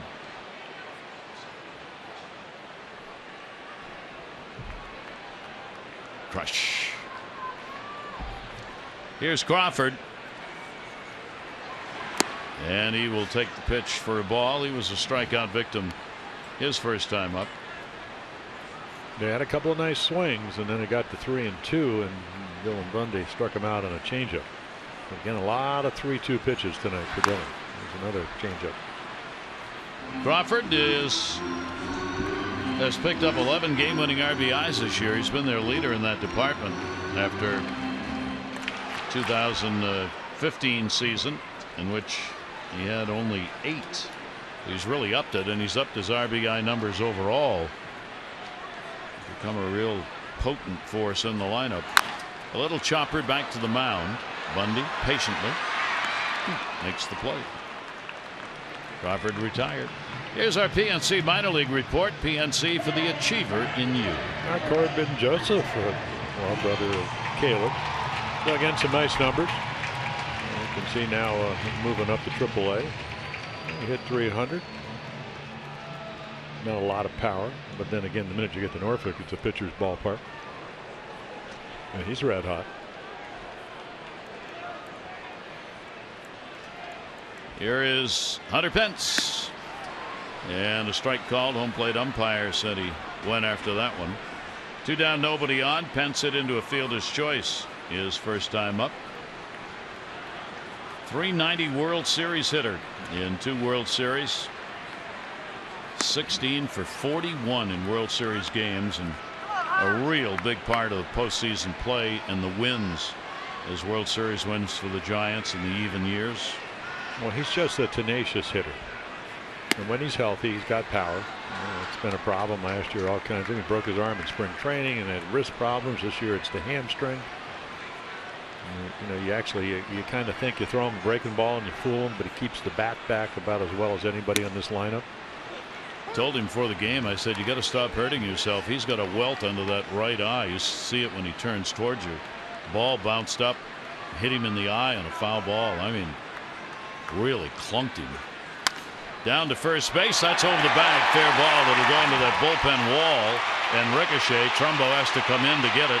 Pence taking a look will stop at second base with a double. Well, that's the tenacity that I talked about. You think he made a good pitch, threw him a changeup down and away, didn't overswing. Was coming back from the hamstring problem. I mean, right there, just shoot it. Let it travel.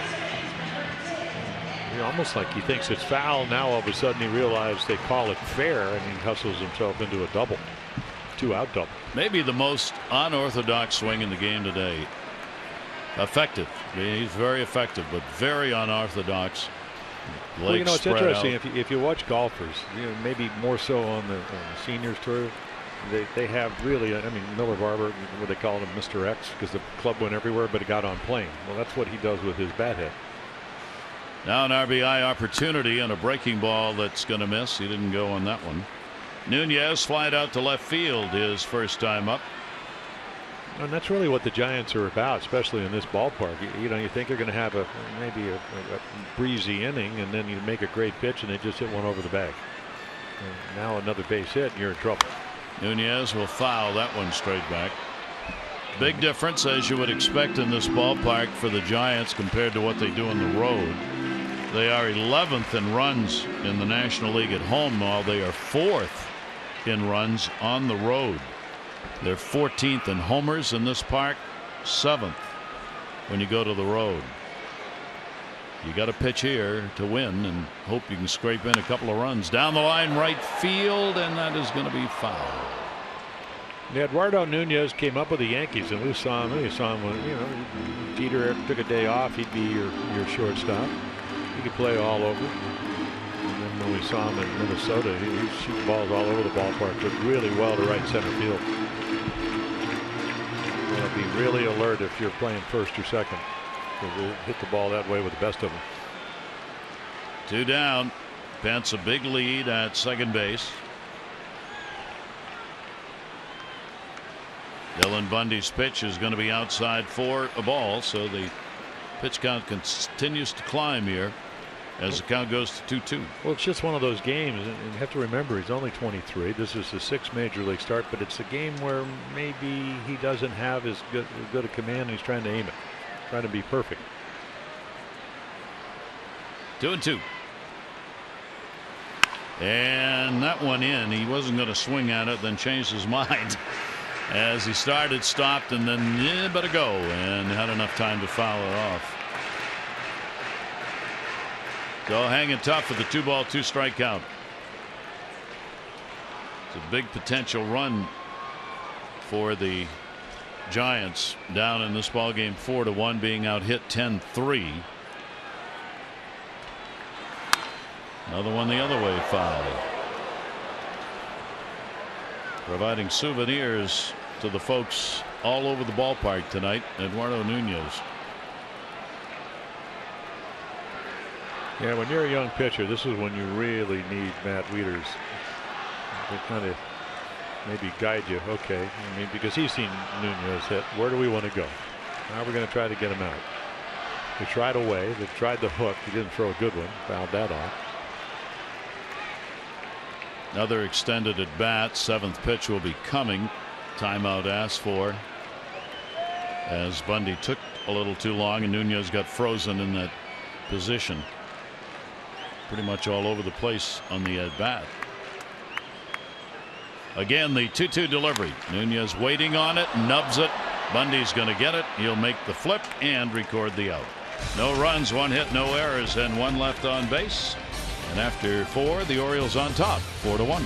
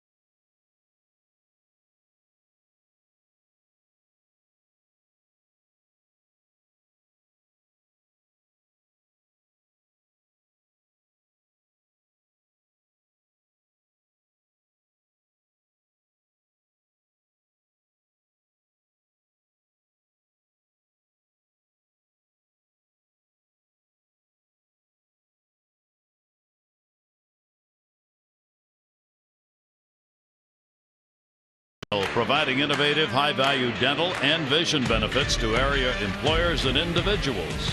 Smile! It's Friday. Great to have you with us as the Orioles open up this 3-game set against the Giants. We'll be back with you.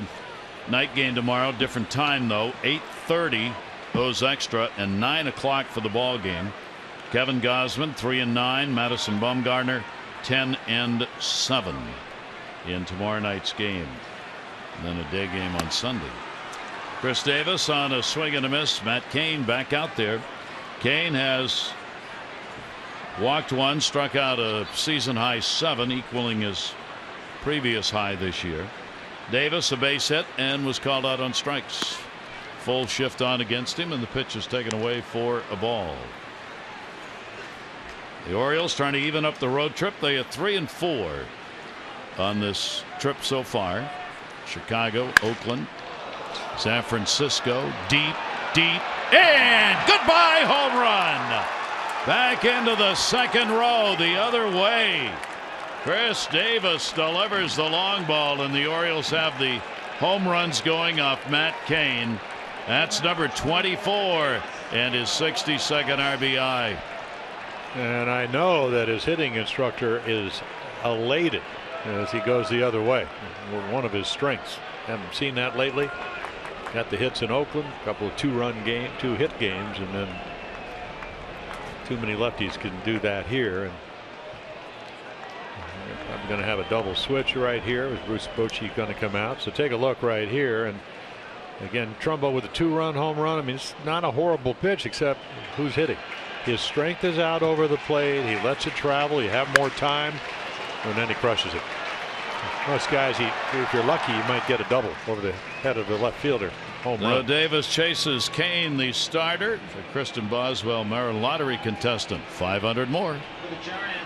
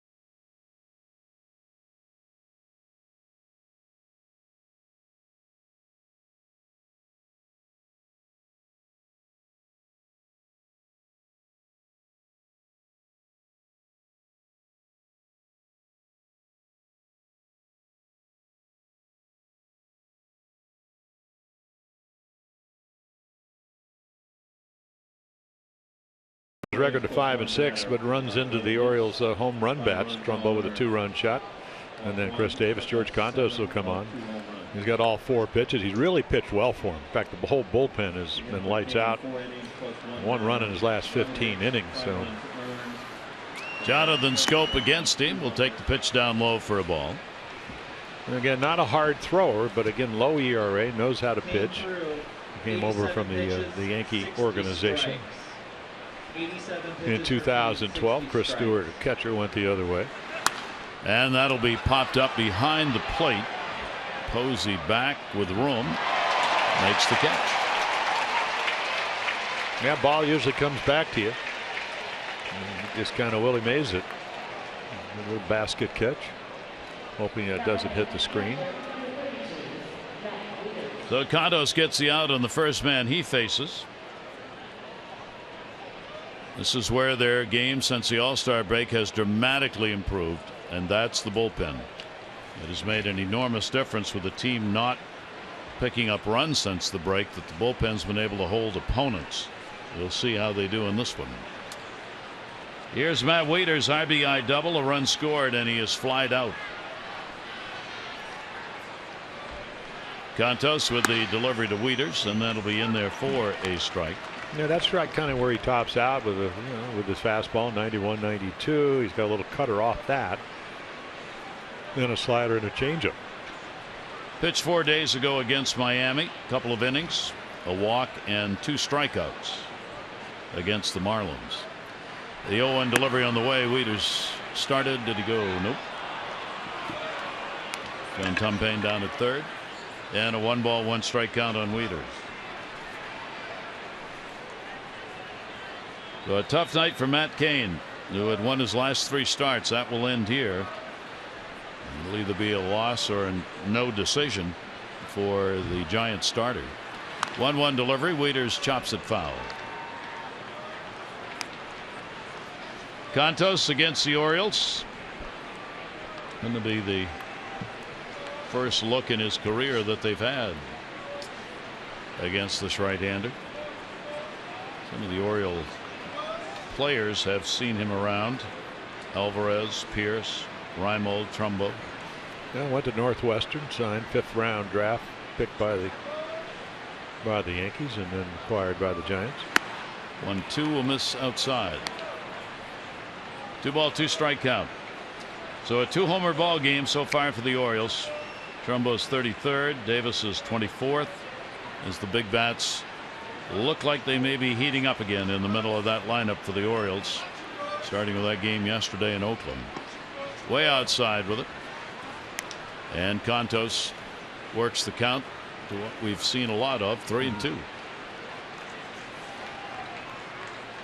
Orioles 6-4 against National League ball clubs this year. The Giants have gone 7-10 in interleague play.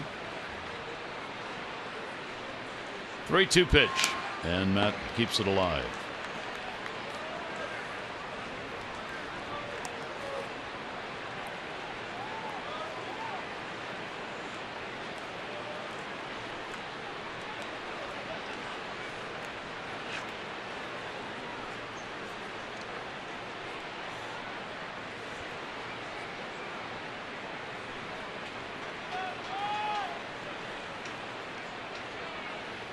Second time with the 3-2 delivery, and that's going to be off the plate, literally. So the Orioles get their second walk of the ball game, as Matt Wieters will pick this one up with 1 away here in the 5th inning. Next Sunday, August 21, giveaway fans are going to be texting about all off season. 1:35 game against the Astros. You will receive a Birdland Power Company emoji T-shirt featuring the digital versions of some of your favorite sluggers in the Orioles. And after the game, the kids 14 and under get to run the bases. They have all year after Sunday games at home. Tickets, Orioles.com. Breaking ball. J.J. Hardy takes it. He is a single, and he's been called out on strikes. J.J. up to 280 on the year. Matt Wieters on at first with the off-speed delivery out in front. Yeah, got it up, but the change of speed, a little cutter and slider that kind of hung. That's when you're having a nice little road trip. Brandon Belt playing off the bag at first, close but off. Popped it up back. That'll be a souvenir in front of us.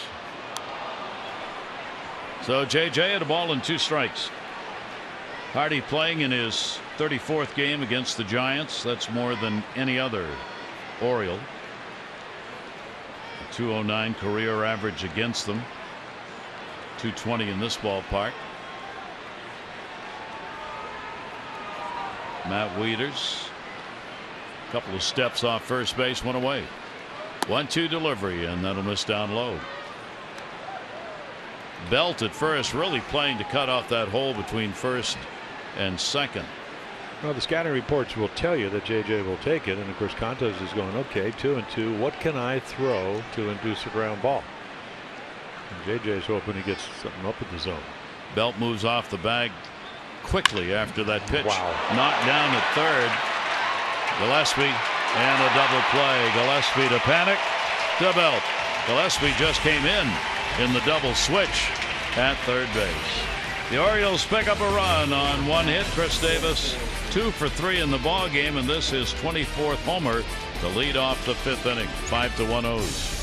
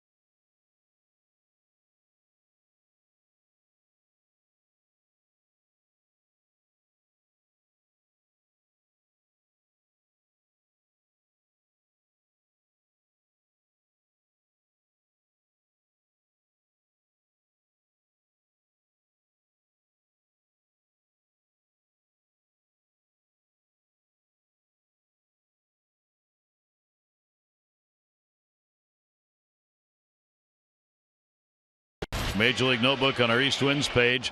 Blue Jays have lost, so the Orioles can move back into that first place spot. 5-3 Stros.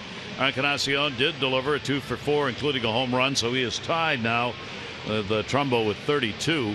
Red Sox defeated the Diamondbacks. David Price 3 runs 10 hits in that one.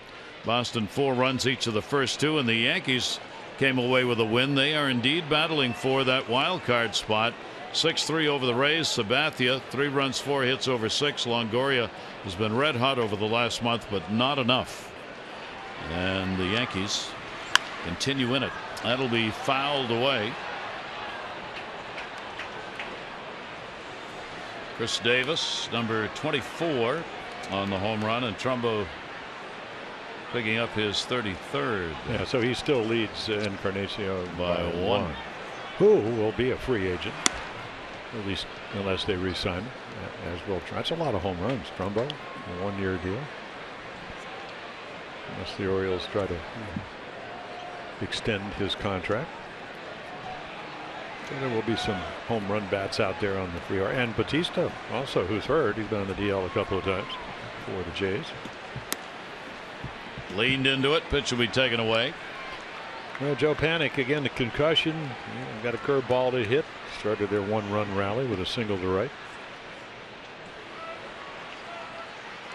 Panic will chop that to second base, and Scope is there. Panic is retired. 1 away. Bottom half of the 5th inning.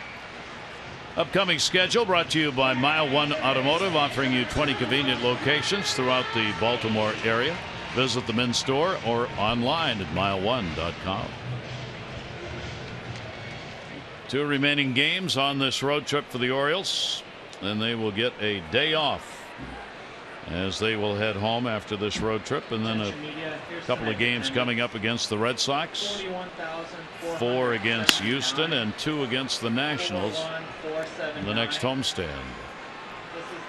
Connor Gillespie getting his first at bat, coming on in the double shift. He's hitting in the 9 spot, pitcher spot. That pitch from Bundy's going to be in there for a strike. Yeah, so maybe Dillon here in the 5th inning is getting a little bit better fastball command. Got Panic to roll over on a changeup and hits the inside corner. It's been the big problem. That's why the pitch counts somewhat escalated. Gillespie will go after one up high, and he's gone in a hurry. Couple of strikeouts for Bundy. Well, that's what we saw from Dylan Bundy his last 2 starts. Get ahead and then just pitch out of the zone. And again, they might think his fastball is straight, but not when he can Doesn't have to throw it for a strike. Rides it up in the zone. The other thing, Gillespie's been hot. I mean, he's 11 for his last 33, 29 for his last 100. So we're looking for outs here.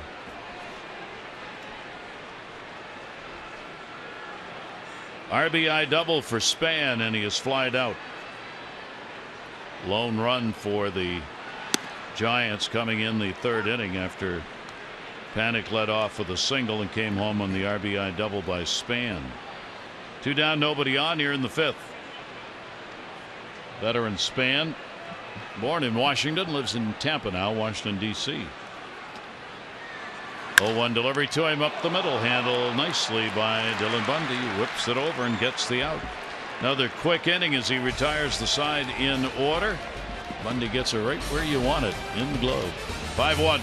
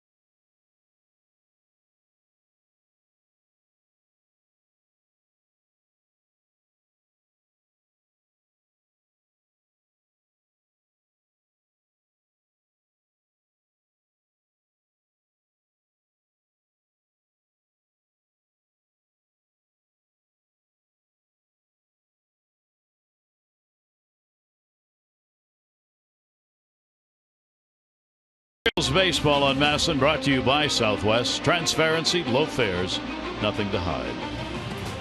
AT&T Park, where the Orioles bats again alive. 5-11-0 for the Orioles, 1-3-1 for the Giants.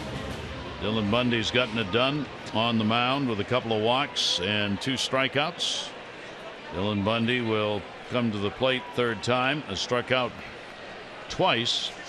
Oriole pitchers this year, Gallardo's had a couple of hits, 2 for 3, and Wade Miley has gone 1 for 7, not with the Orioles.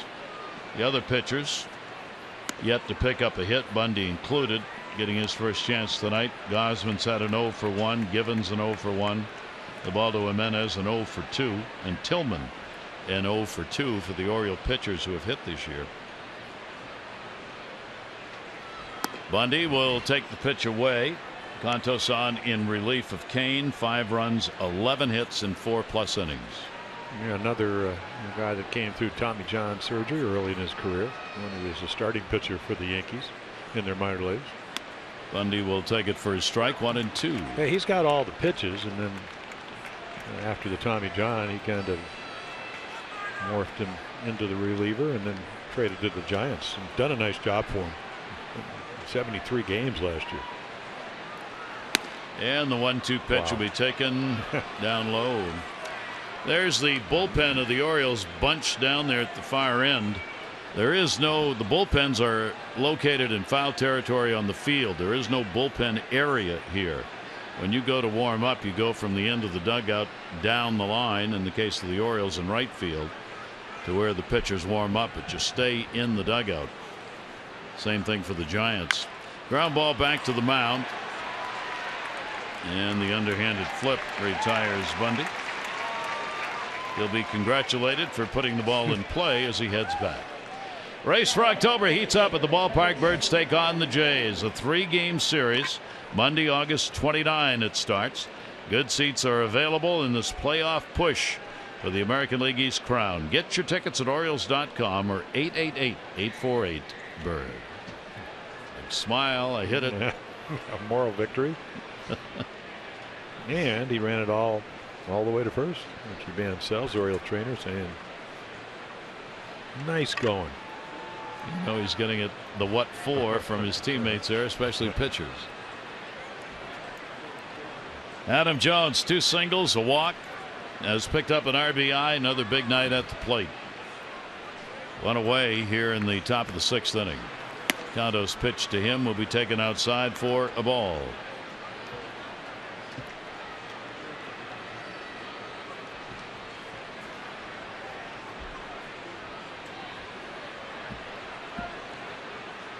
Here's the 1-0 pitch. That's fouled. Showed you earlier that the Giant pitching had allowed 35 home runs since the All-Star break. Tied for second most of the White Sox. They've added 2 more to that here tonight in a ballpark where they're tough to come by. Trumbo and Davis. So that's 37 homers surrendered since the All-Star break by the Giant pitchers. 1 ball, 1 strikeout. And Adam fouls down the line. Yeah, the Giants, their bullpen, I mean, they've been really good, as you mentioned, Gary, but they only have one guy that really has, I mean, an electric arm, and that's Hunter Strickland. The rest of them, they just can make their pitches, move the ball around. They have a multitude of pitches. There's Spaghetti when he came up. What an arm he had. Talk about the ball coming out of your hand. It was unbelievable. 1-2 delivery will be down low. Adam not giving up any at bats, never has, but of late he's back to laying off those pitches away and down, the sliders that sometimes when he gets in a little funky chases. He's not been doing that. Well, that's because he's willing to shoot it to right. And that's why they're playing over there. Built way off the bag at first base, trying to take away that hole in the right field. 2-2 delivery will go to short. Crawford. Condos gets a couple of outs on the ground, 2 down. Yeah, he's the perfect type of guy. He's similar to what the Orioles saw over in Oakland the first 3 games, or at least first 2 games. Graveman and Zach Neal just keep it down, change speeds a little bit, try to get the ground ball. 2 away, bases empty, and here's Kim. Kim with a double, 1 for 3 in the ball game.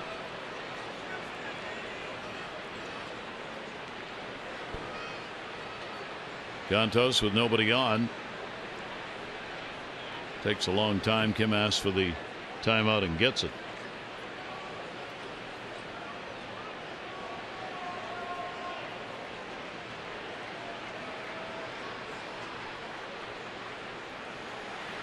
And Kim will watch that one in the strike zone.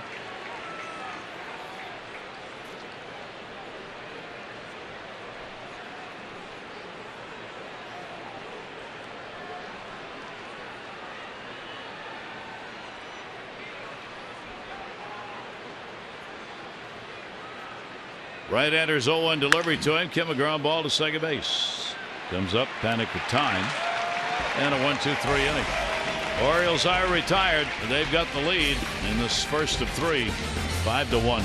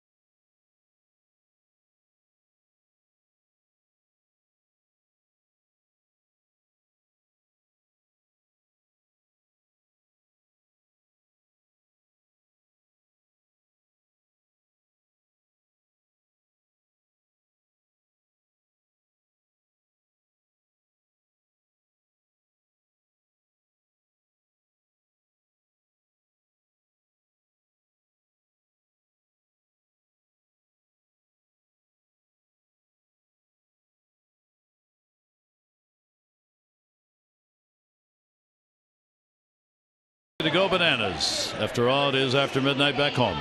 We have followed the Savannah Bananas a bit. They are in the College League, and they are having quite a year. Earlier this week, 18th sellout crowd. They won their West semifinal against Asheboro, and then tonight in their Plain League West Division final, they beat the Forest City Owls 2-0. They are going to the league championship. The Savannah Bananas, in their first year of summer collegiate ball, are on their way. Yes, we will follow them through the final. That's how I signed when I got out of high school. I went up to a college league up in South Dakota. Of course, we were the Pheasants, being in South Dakota. Yeah. We weren't the Bananas. Might have been. You could have been the Bananas. The Laughing Stocks or anything like that either. Good for them. Yeah. Well, again, they scout all those leagues, and great opportunity for college players to good competition. And maybe even some of the guys that didn't sign that maybe get a little bit of notice. Yeah.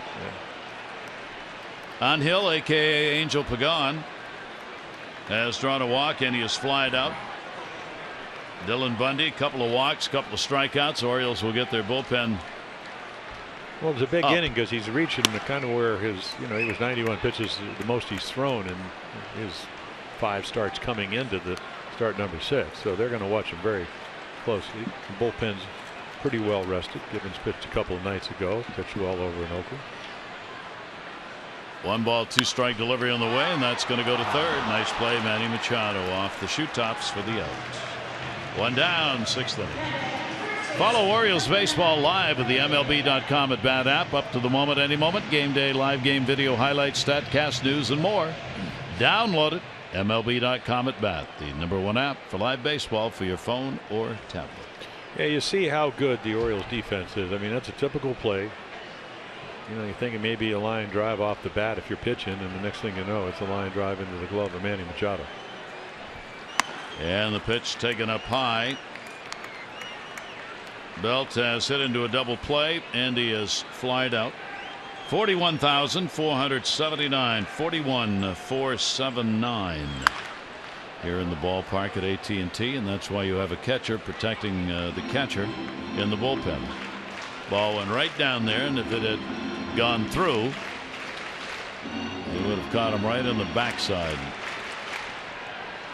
And yet that's another problem with having the bullpens on the field.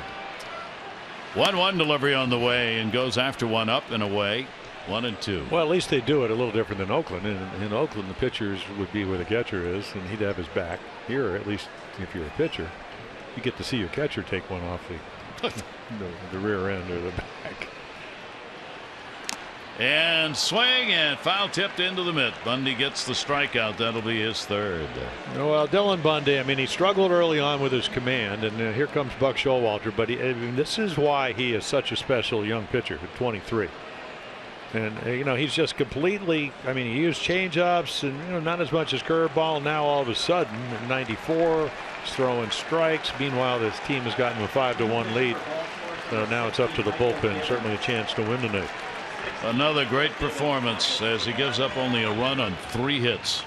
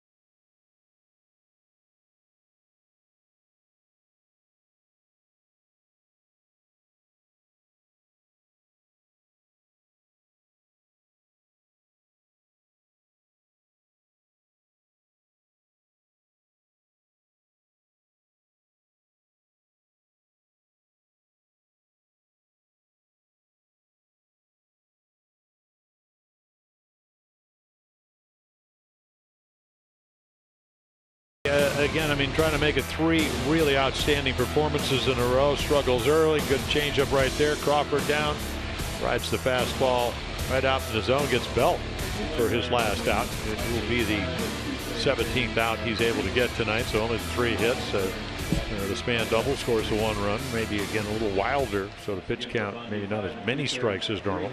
And Michael Gibbons comes in. Last pitched over in Oakland. Fastball, slider, occasional changeup. Mid-90s with the fastball, and gets righties out with the best of them. And his pitch will be there for a strike. 2 down, nobody on. Gibbons' first outing in his career against the Giants. Yeah, so dominates right-handers. That 361 against lefties was about 480.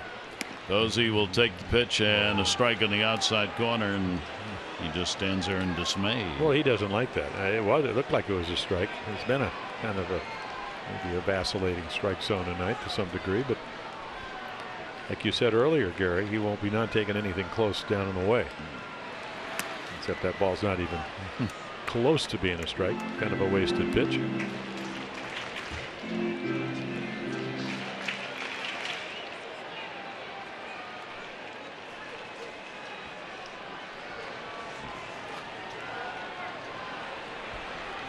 Two ball, 2 strike count. And got him. So Gibbons comes on and immediately gets the strikeout against Posey. Giants are retired in order, and we've completed 6 here in San Francisco.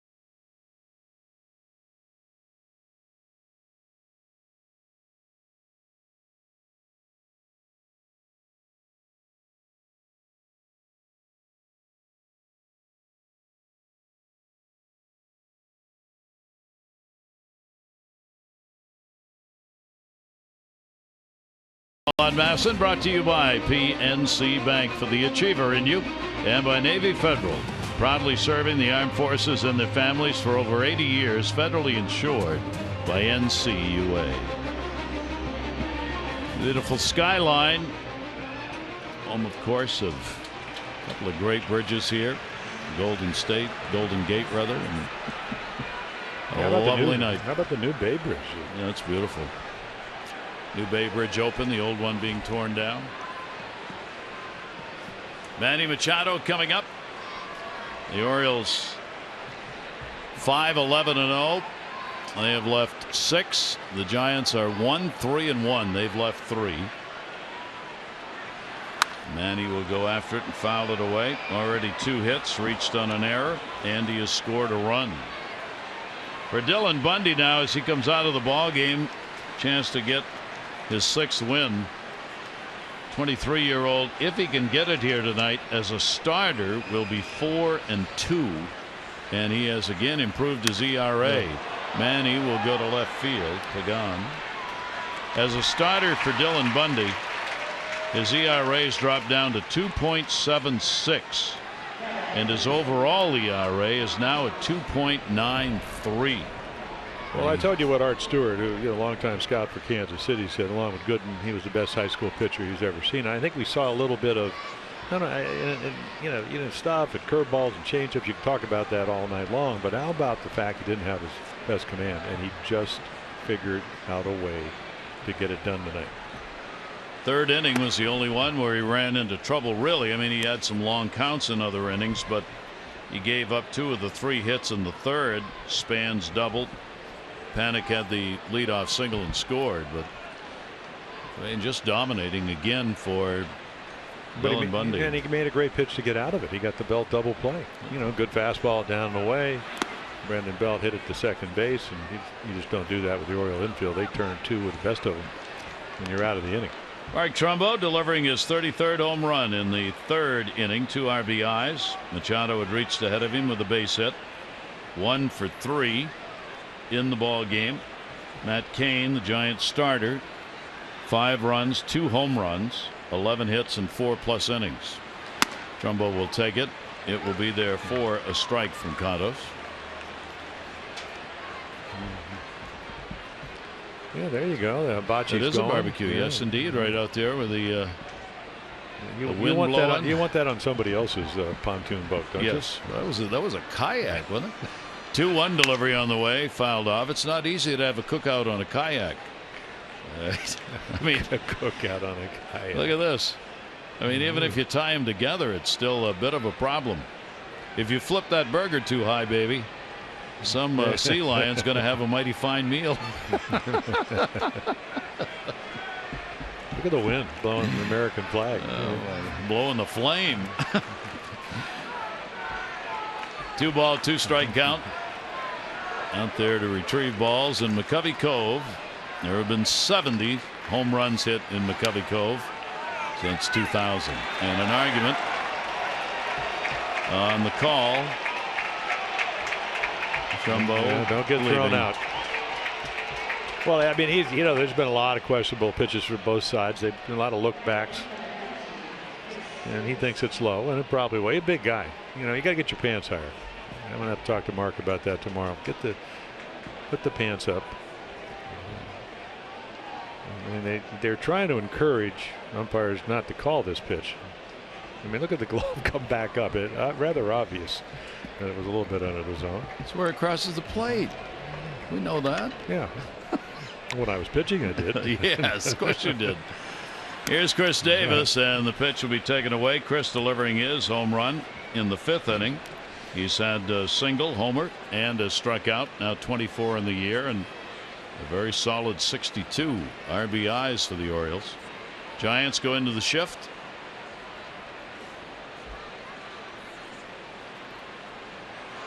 And they'll stay away, and it'll miss outside.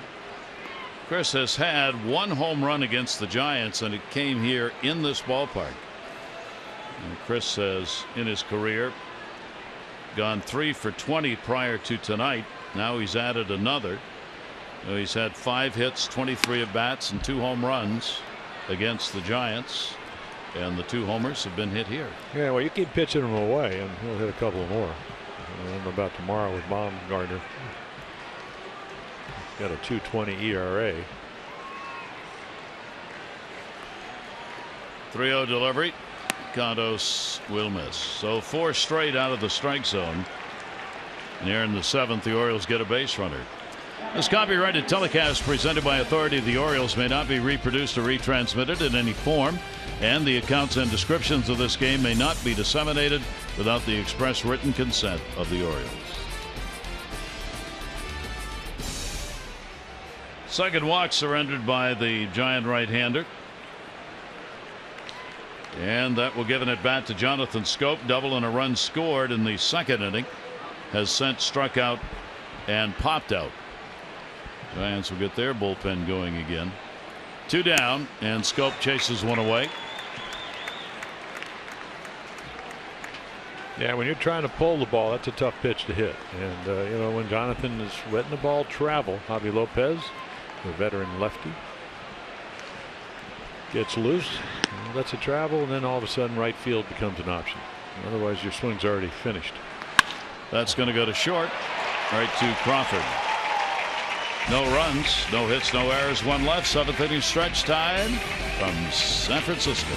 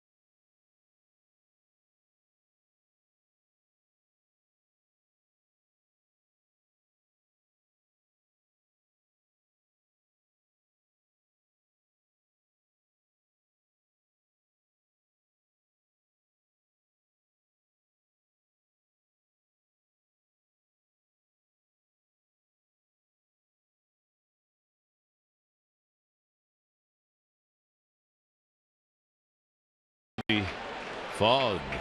Beautiful. Orioles have the 5-1 lead. Looking to put away game one. Michael Givens on the mound. And the pitch to Brandon Crawford. Donnie Hart added to the roster today. The left-hander in the bullpen for the Orioles. They get a shot at it here tonight. That pitch did not count. Pitch did not count. There was a ball on the field. I think a timeout had been called down by the bullpen area by the first base umpire. Yeah, I think Gibbons thought it was a strike anyway. He called it the ball. So.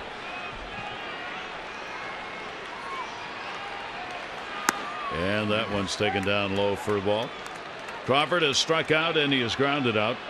Crawford against the Orioles in his career now 1 for 10. Obviously not a lot of at bats with these teams not meeting that often. 1-0 pitch, off speed delivery, and he got it in there for a strike. Yeah, a little changeup. Again, Michael doesn't throw that pitch, but you know you're thinking of ways when the batting average is in the 360s. It's come down all the way from about 485. I got to make better pitches. I got to let them think that I'll throw something other than a fastball, even though that was a pretty good one. But maybe the changeup had something to do with it.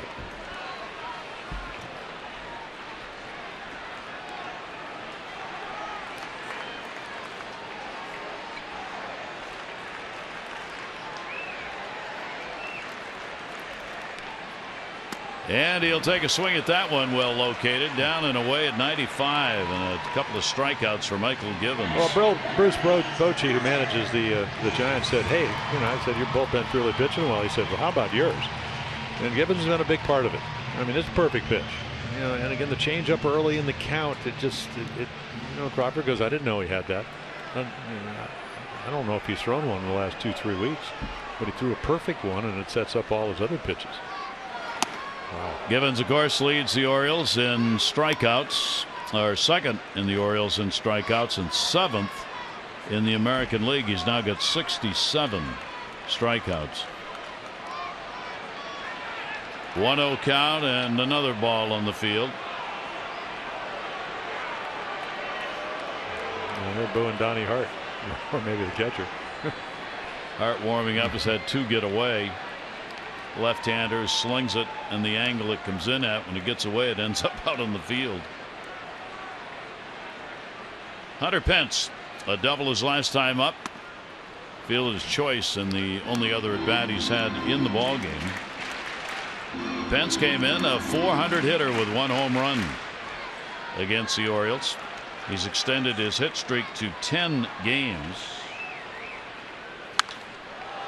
Foul back, and that one's going to be out of play. Hunter Pence here at home has always had success driving the ball into the gaps. A doubles hitter here in this ballpark. Chris Davis with the first base umpire Brian O'Nora as they all went charging down the line and right. Pence, 2-1 delivery on the way. That's a Hunter Pence cut right there. Well, you know, again, I mean, his feet leave the ground. I mean, he looks really awkward. And I mean, still really trying to, because of the hamstring injury, trying to get back to, you know, where he can make contact. Great 2-strike hitter. And they, you know, he started with Houston, went to Philadelphia. He was acquired here, extended his contract all the way into 2018. He's just a high energy player in all phases of the game. 2-2 delivery on the way, and that'll be outside to him.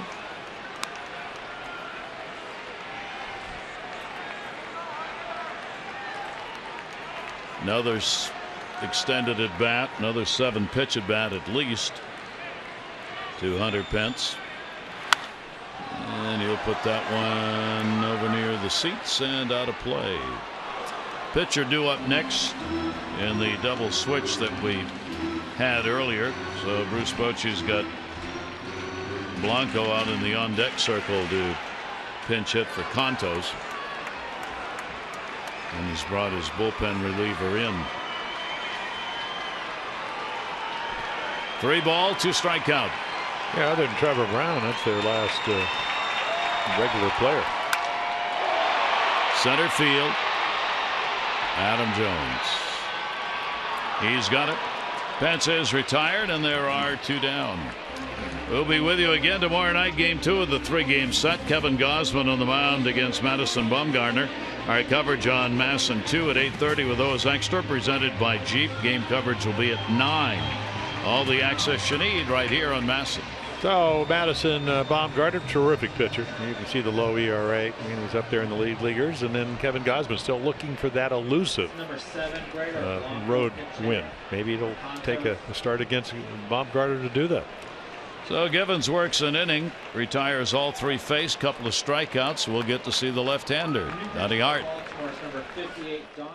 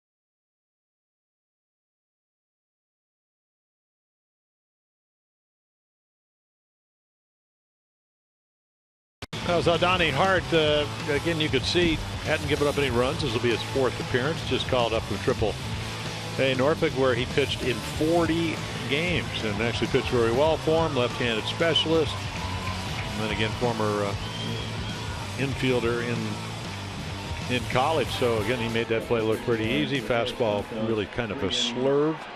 And again, he'll match up against the lefty, Blanco. Blanco stands in, and Hart on the mound. And the pitch taken for a strike with Double-A Bowie. Hart 40 games, 3-1, 2.72 ERA. He had 50 strikeouts in 46 and a third innings with Bowie. And only 7 walks. And that'll miss outside, and that funky delivery from first. Well, they're looking for somebody that can get lefties out. They're supposed to be on Druzik. So again, he drops down, steps at you. And like he said before when they interviewed him, you still got to make quality pitches at this level. 1-1 delivery is fouled off. Now, this is what we're talking about, the 40 games, really good record. So again, they used him as a guy that would pitch an inning or so. Blanco's actually hit better against the lefties than the righties this year, at 250 compared to 220. 1 ball, 2 strike delivery on the way. Blanco will lift that one down the line in left field. It'll set Kim over and will make the running catch in fair territory. That's 7 complete, and the Orioles continue to dominate in this one. They lead at 5-1.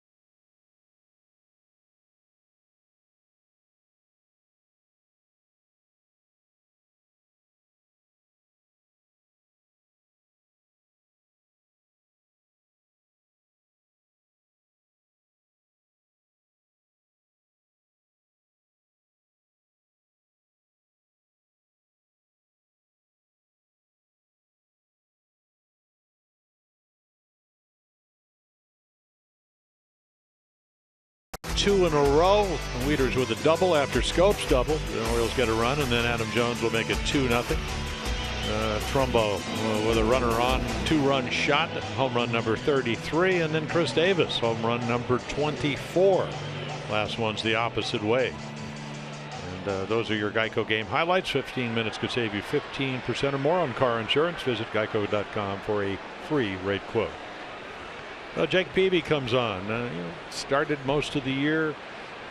Really wasn't pitching that well, so he comes back into the bullpen, and he's actually pitched pretty well. A run on 5 hits in a couple of innings.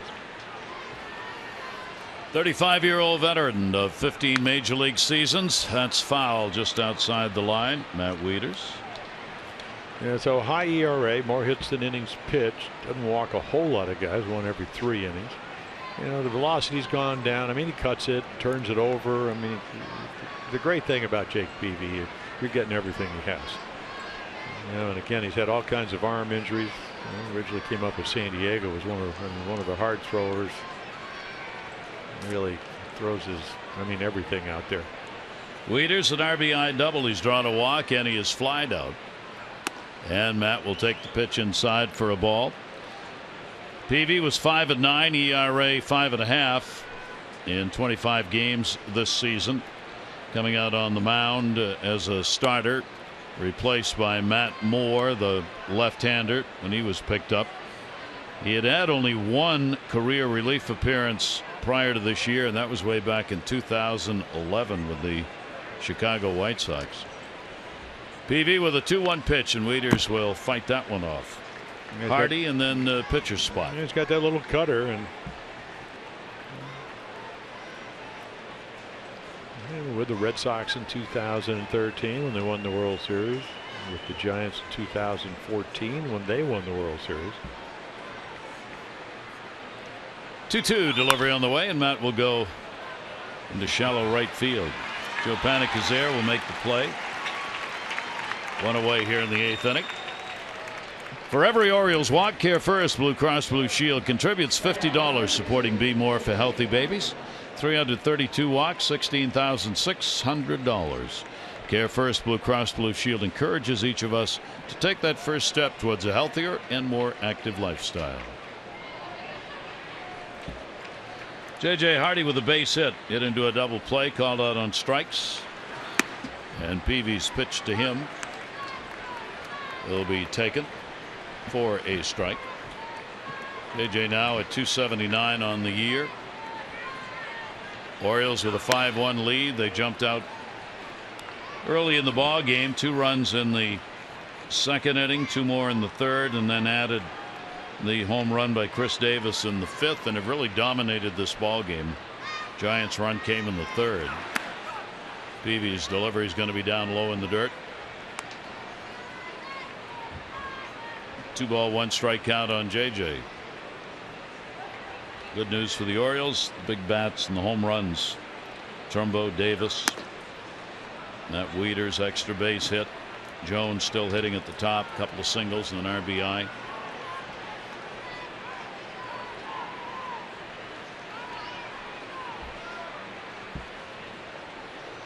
Peavy with a 3-1 to Hardy. JJ has faced Jake Peavy previously 24 times at the plate. 2 for 24 for Hardy. Yeah, I mean, before Jake Peavy hurts his arm, he wins the ERA title twice for the Padres. And got him. And again, he hurt his shoulder, a serious shoulder injury. And it's just a fastball, Posey low target, ball runs back. And then again, the arm injuries, and you lose the velocity. A couple of years in Boston. Actually got traded over here the year they won, as Donnie Hart's going to get to hit, and former player that used to play both position and pitch. Big chance for Hart. Yeah. Comes out of the bullpen, gets an out, and then immediately gets a chance to hit. Well, out of Texas State. Donnie Hart, 1 delivery to him will be taken down low, 1-1. Yeah. 819th player picked in 2013 and pitching in the big leagues. 1-1 delivery on the way, and that'll be foul back.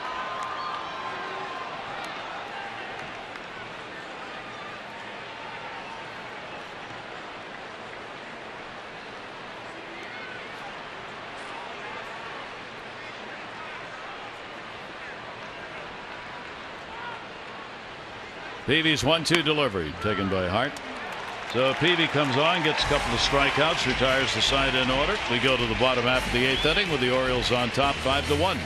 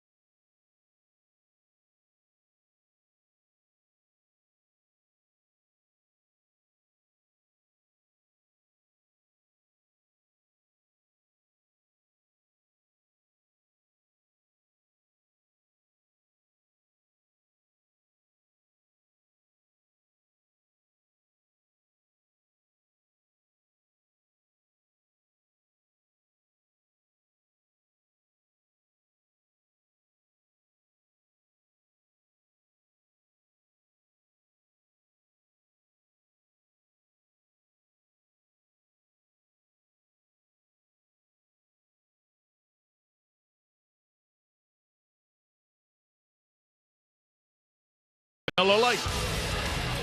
Well, one pitch. I mean, that doubles up the Orioles 2 runs. Number 33 for Mark Trumbull. I mean, this ball blasted. Almost got over the bleachers in left field here at AT&T Park in San Francisco. Second home run in this ballpark for Mark, and his 6th against the Giants in his career. Got 7 RBIs in the last 2 days. And already working on tomorrow's swing. It's a little Lou Piniella right there. Hart will stay out and work here in the 8th inning. Well, the Orioles need 6 outs. Panik will be leading it off, followed by Gillespie, who's playing at third base. And then the top of the order, Denard Span. Giants' last hit came in the 4th inning when they picked up a double. They have not had a runner on since then. And the sidearm delivery is taken for a ball.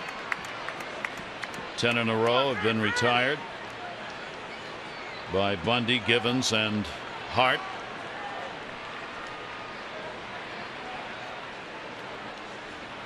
.0 delivery to him, will be grounded to second base. Jonathan Scope, 1-3 hopper, and he's got it. Panik is retired.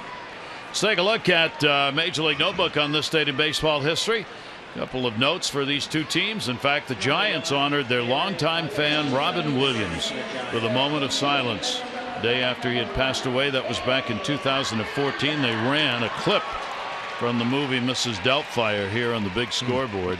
And at 97, the great and honored Rex Barney, longtime 24-year public address announcer, of course, for the Baltimore Orioles. In tribute to his passing from cancer, the Orioles went without a PA announcer at Camden Yards on this date in 1997. Thank you. And give that fan a contract. One of the nicest men you'd ever have met. And, you know, a lot of people knew. I mean, they knew him. He used to work at Pimlico Hotel as a bartender, but he pitched for the Dodgers, pitched a no-hitter. And the Boys of Summer, the great Roger Kahn book about the Dodgers. The great line, pitch like the strike zone was high and away. But I once asked Ralph Branca, I said, tell me about Rex Barney. And Ralph was, I mean, could throw the ball, fling it. He goes, he really threw hard. Just didn't always know where it was going. Nothing wrong with that. Nope. 1-1 delivery is going to be outside. Gillespie has had one at bat, 5th inning. He struck out. One down here in the 8th inning. Denard Span waiting on deck. Orioles looking to put this one. Adrianzi's come on to pinch hit. Yep. Last year really had a nice year. That'll be handled by Manny Machado. Long throw and a fine pick at first by Davis. Yeah, you're seeing some defense, and again, if you don't get to see this, if you're a Giant fan, they sell out every time. We told you. And then the other end of it, Chris Davis, Gold Glove performance this year over at first base. He's been that good. Manny's already won the Gold Glove and the Platinum Glove. Best of the Gold Glovers. So there you go. That kind of tells you a story. That doesn't tell you the whole story, because there's the range factor too that comes in there. Well, these are big outs for Donnie Hart. The Orioles need a left-hander, a situational left-hander. They get the best closer in baseball, Zach Britton. But they need somebody, over the last 2 months, 7 weeks, whatever you want to call it, 48 games. This is to be able to come in and be able to get the tough lefties out. It's hard to compete anywhere without that.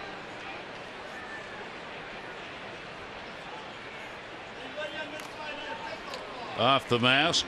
2 down, nobody on here in the 8th inning. Span has had the lone RBI. Denard picked it up in the 3rd inning with the double, bringing in Joe Panik, who had singled. And that's been it. Since then, the Oriole pitchers took charge of this ball game and have controlled it since. 1 ball, 1 strike count on Span.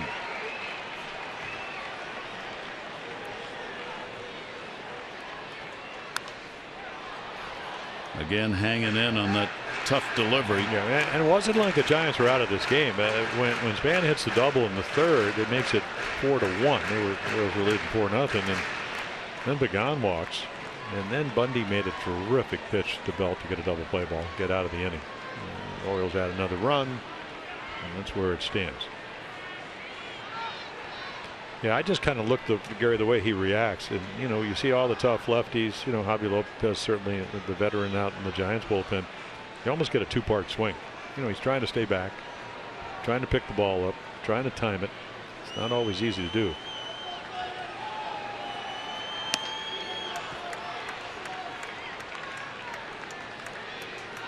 And then you come out of the end. Buck Showalter was talking about Oriole manager. You come out of the International League with a different ball. Now you got to come up to the big leagues. Ball feels a little bit different. Seams aren't quite as high, and still throw quality pitches.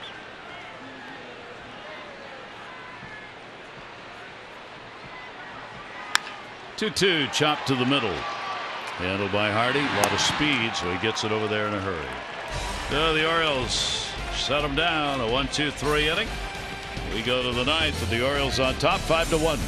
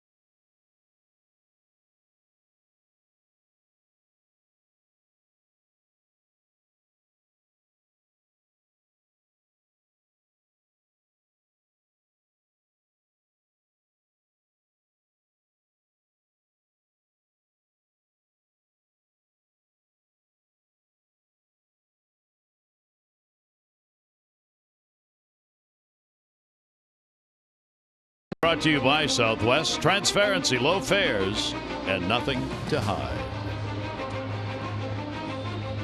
Yeah, the Orioles have gotten it done so far in this one. Andreazza will stay in the ball game after pinch hitting, take over for Gillespie. He'll be the third Giant third baseman. Another sellout crowd here at the ballpark tonight, but they haven't had much to cheer about with the Orioles domination in this game. We go to the ninth inning. Adam Jones will lead it off. Jones, Kim, and Machado. Adams had a couple of singles, an RBI, has walked and grounded out.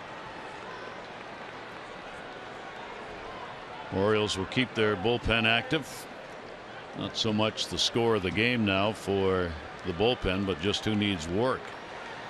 And the Peavy's pitch will be taken inside for a ball. Big Peavy coming on for Contos, who worked 3 innings, a couple of walks, and a strikeout. That'll go to short. Crawford will make the play. Jones retired, one away here in the ninth inning. Well, here's your opportunity. Visit MASSonSports.com/CareFirst to vote for tonight's Care First Fearless Player of the Game.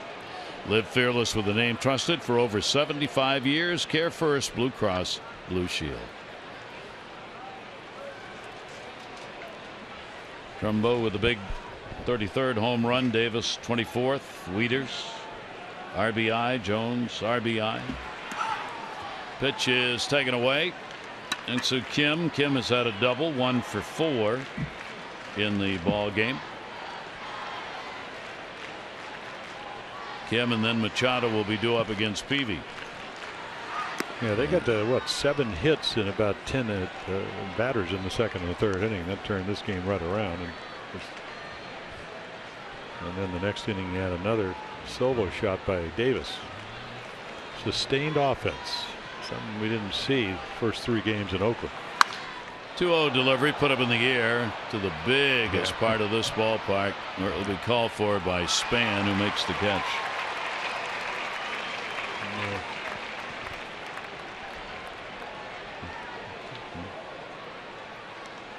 So Kim will head back, 2 down here in the ninth inning. Giants will have Pagan, Brandon Belt, and Posey due up. 2, 3, 4 in the order in the bottom half of the ninth inning.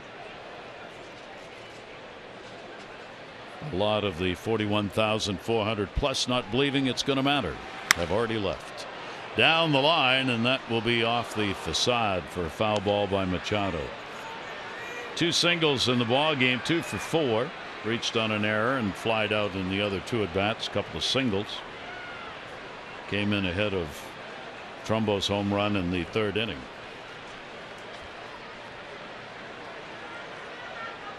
Manny's 1 for 11 off Peavy, and the breaking ball down. 0-2 count. Javi Lopez twice up in the bullpen. There are 2 down here in the ninth. Foul back.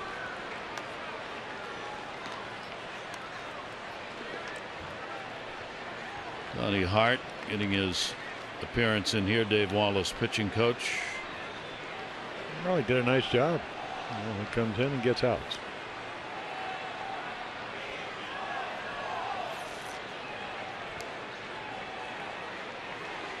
Two-strike delivery by Peavy, and he got him. So Peavy has retired the 6th that he has faced in the ball game. Looks like a little work for Brad Brock when we come back.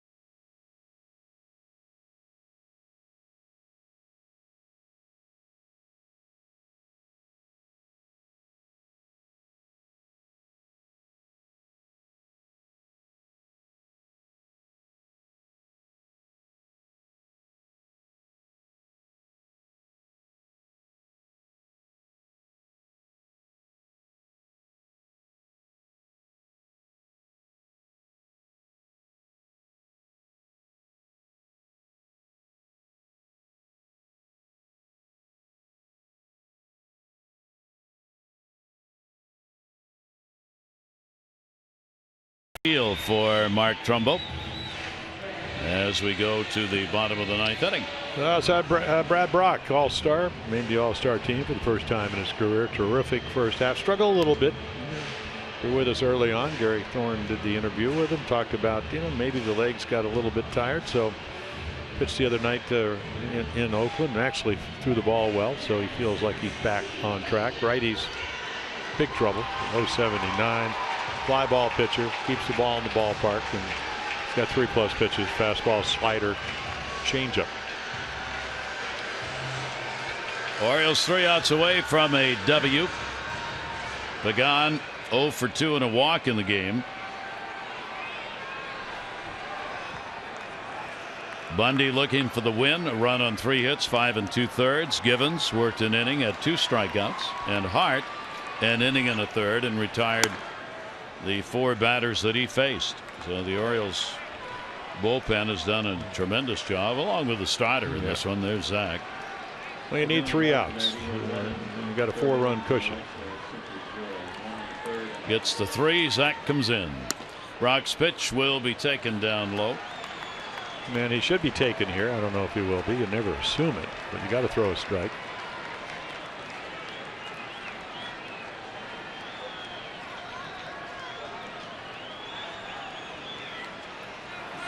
And he goes up the middle on a base hit.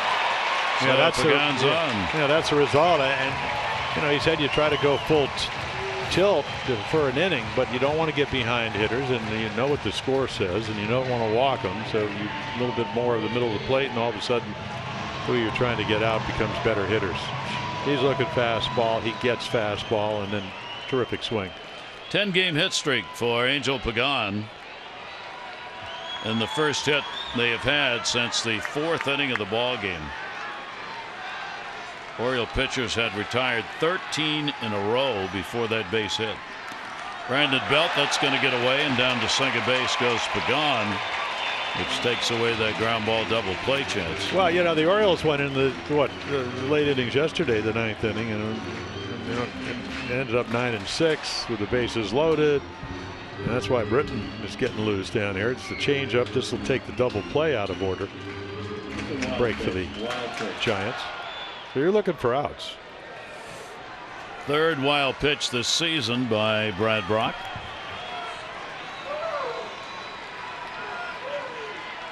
Now Zach Britton begins to warm up in earnest. 1-0 delivery on the way to him, and that's going to miss outside. So Brock will fall behind 2-0 on Brandon Belt. Well, the point he made, and his leg get a little bit tired because you're pitching more than you normally do in the first half, and because of the O'Day injury, the torn hamstring, he did end up pitching more innings.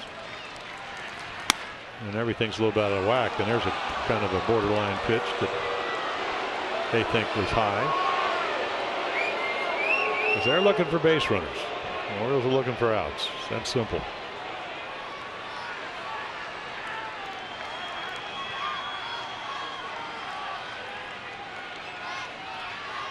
Runner off second base. 2-1 delivery on the way to him, and that's going to be outside.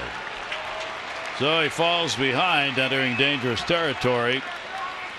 Posey, Crawford, on deck batters.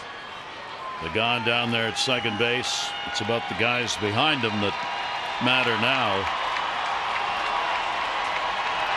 That's going to go to the gap, right center field, and fall in for a base hit. Making the turn is Pagan. Pagan's going to come home. No throw by Scope. And with nobody out here in the 9th inning, the base hit by Belt makes it a 5-2 game. Yeah, so when you don't have your command, you end up not being able to do what you did best the first half, which is use all your pitches. And here comes Buck Showalter. I mean, you got arguably the best left-hander in baseball coming out of the bullpen, and Zach Britton, and you're going to bring him in. So Brad Bryak unable to get anybody out, no part of an inning, and a couple of hits.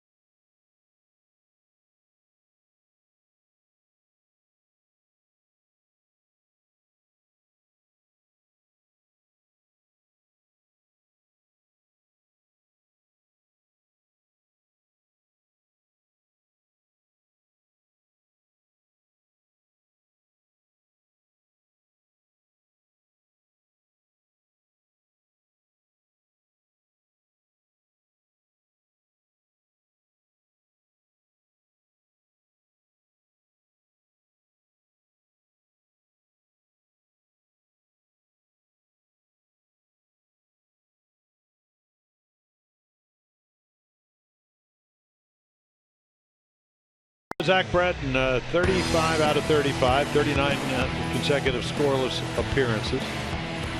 Came in yesterday, pitched an inning, got the save number 35. Did give up an inherited runner, a couple of base hits, ground balls. Eventually, the Orioles would win.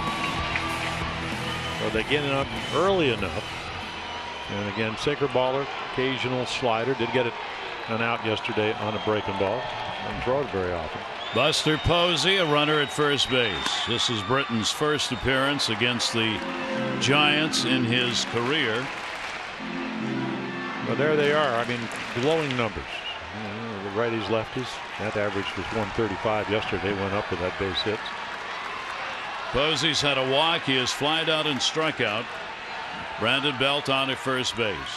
Posey will take it in the dirt. Stopped by Wieters. Finds it underneath the glove and holds the runner at first base in a 1-1 count. So the Giants making it interesting. It has been a very quiet night for their fans and for their bats in this game.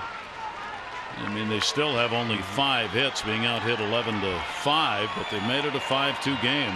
Well, the great thing about this game is the opposition, you got to get all 27 outs and have a lead. So they still have 3 outs to work with. Here's the 1-1 delivery on the way to Posey, taking it inside. Talked about how they take pitches and don't strike out. They have 3 of the top 10 most difficult batters to strike out in the National League. Posey is one of them. Posey's the 3rd most difficult. Joe Panik is the 1st most difficult, and Span is the 8th most difficult. And foul back and a good pitch down. Yeah, that's how the stuff is that Britton plays. If you're Buster Posey, he doesn't strike out. He's trying to get on base, and he swings at the ball because the illusion is it's going to be a strike, and then the bottom drops out. Britton with a tremendous sinker.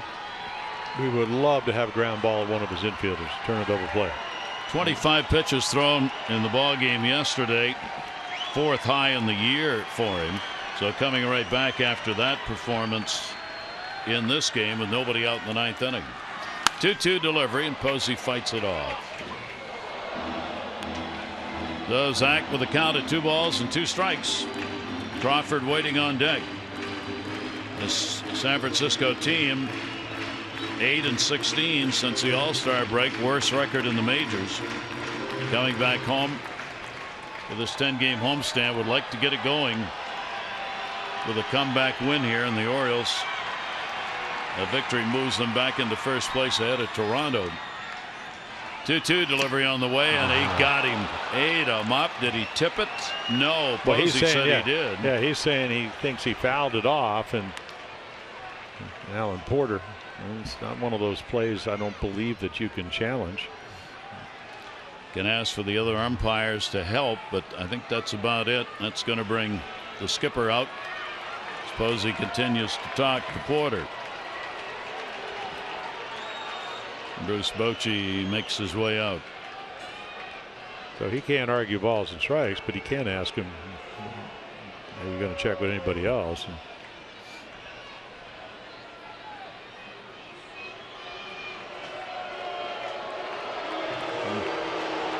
yeah, it's hard to tell. The ball was so low. So there's the sinker.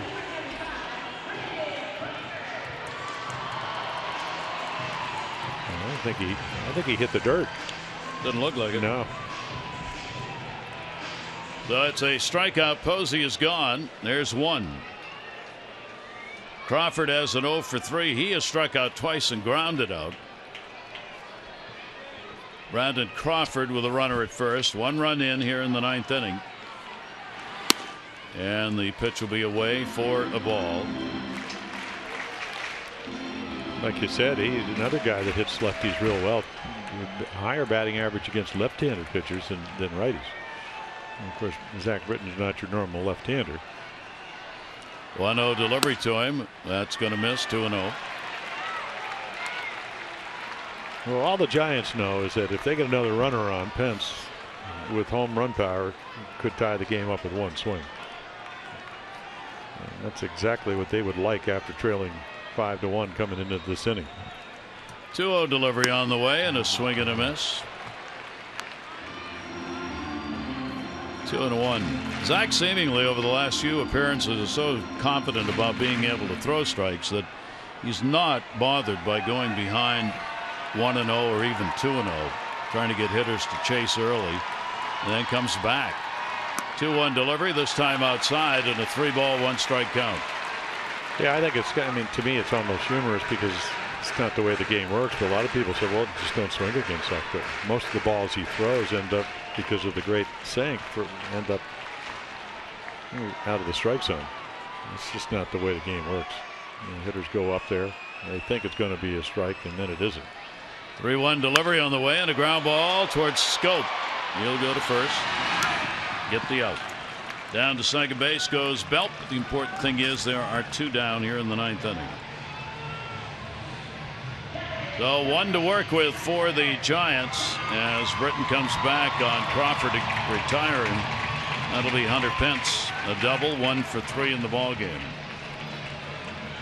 Yeah, Dom Cheedy and Dave Wallace, the 2 Oriole pitching coaches, were out on the bench early today, and Caleb Joseph, backup catcher to Matt Wieters, and Dom Cheedy kind of looked at Dave Wallace. He said, you know, the great thing about Thad Britton, not only is he's as good as anybody, he tries to get better every day. I mean, that's a pretty big compliment right there when you're already 35 out of 35, and you saved the All-Star game for the American League, home field advantage. Belt on at second base, 2 down, 9th inning. Hunter Pence waiting on it, will foul it away. The Orioles get the win here. Dylan Bundy will be 6-3. Kane will take the loss. Matt Cain struggled, 5 runs, 11 hits in 4+ innings. He'll be 4-7. It will end a 3-game win streak for Kane. And the Orioles can open up this series with a W if they can get this final out. 0-1 delivery, and that one's going to miss. 1-1 to Pence.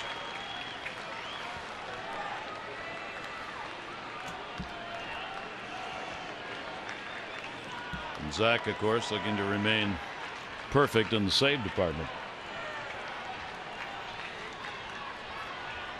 1-1 delivery. Yeah, it's just not where you think it's going to end up. And again, Hunter Pence thinks he's got it tracked, and the ball just dies out of the strike zone. It's quite amazing that anybody can throw that hard and make the ball move downward that way.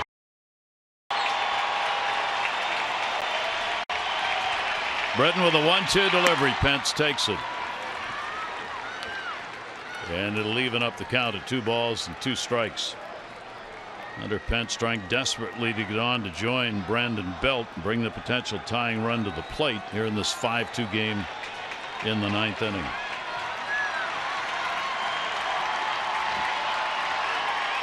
Two-2 delivery. Won't have to worry about it. Gets him, and Zach Britton comes on and retires the 3 batters faced here as he gets a couple of strikeouts in the ball game. The Orioles come away with a win in the opener by a score of 5-2.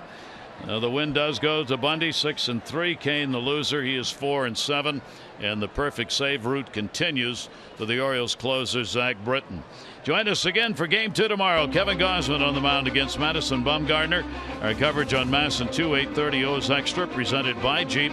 Game coverage will be at 9. This has been a MASN presentation. Tom and Rick standing by. O's Extra. Take a look at some real good pitching on the part of the Orioles, both starters and bullpen members in this ball game. For Jim Palmer and all of our crew here in San Francisco, I'm Gary Thorne. Thanks, everybody. Adieu, adieu.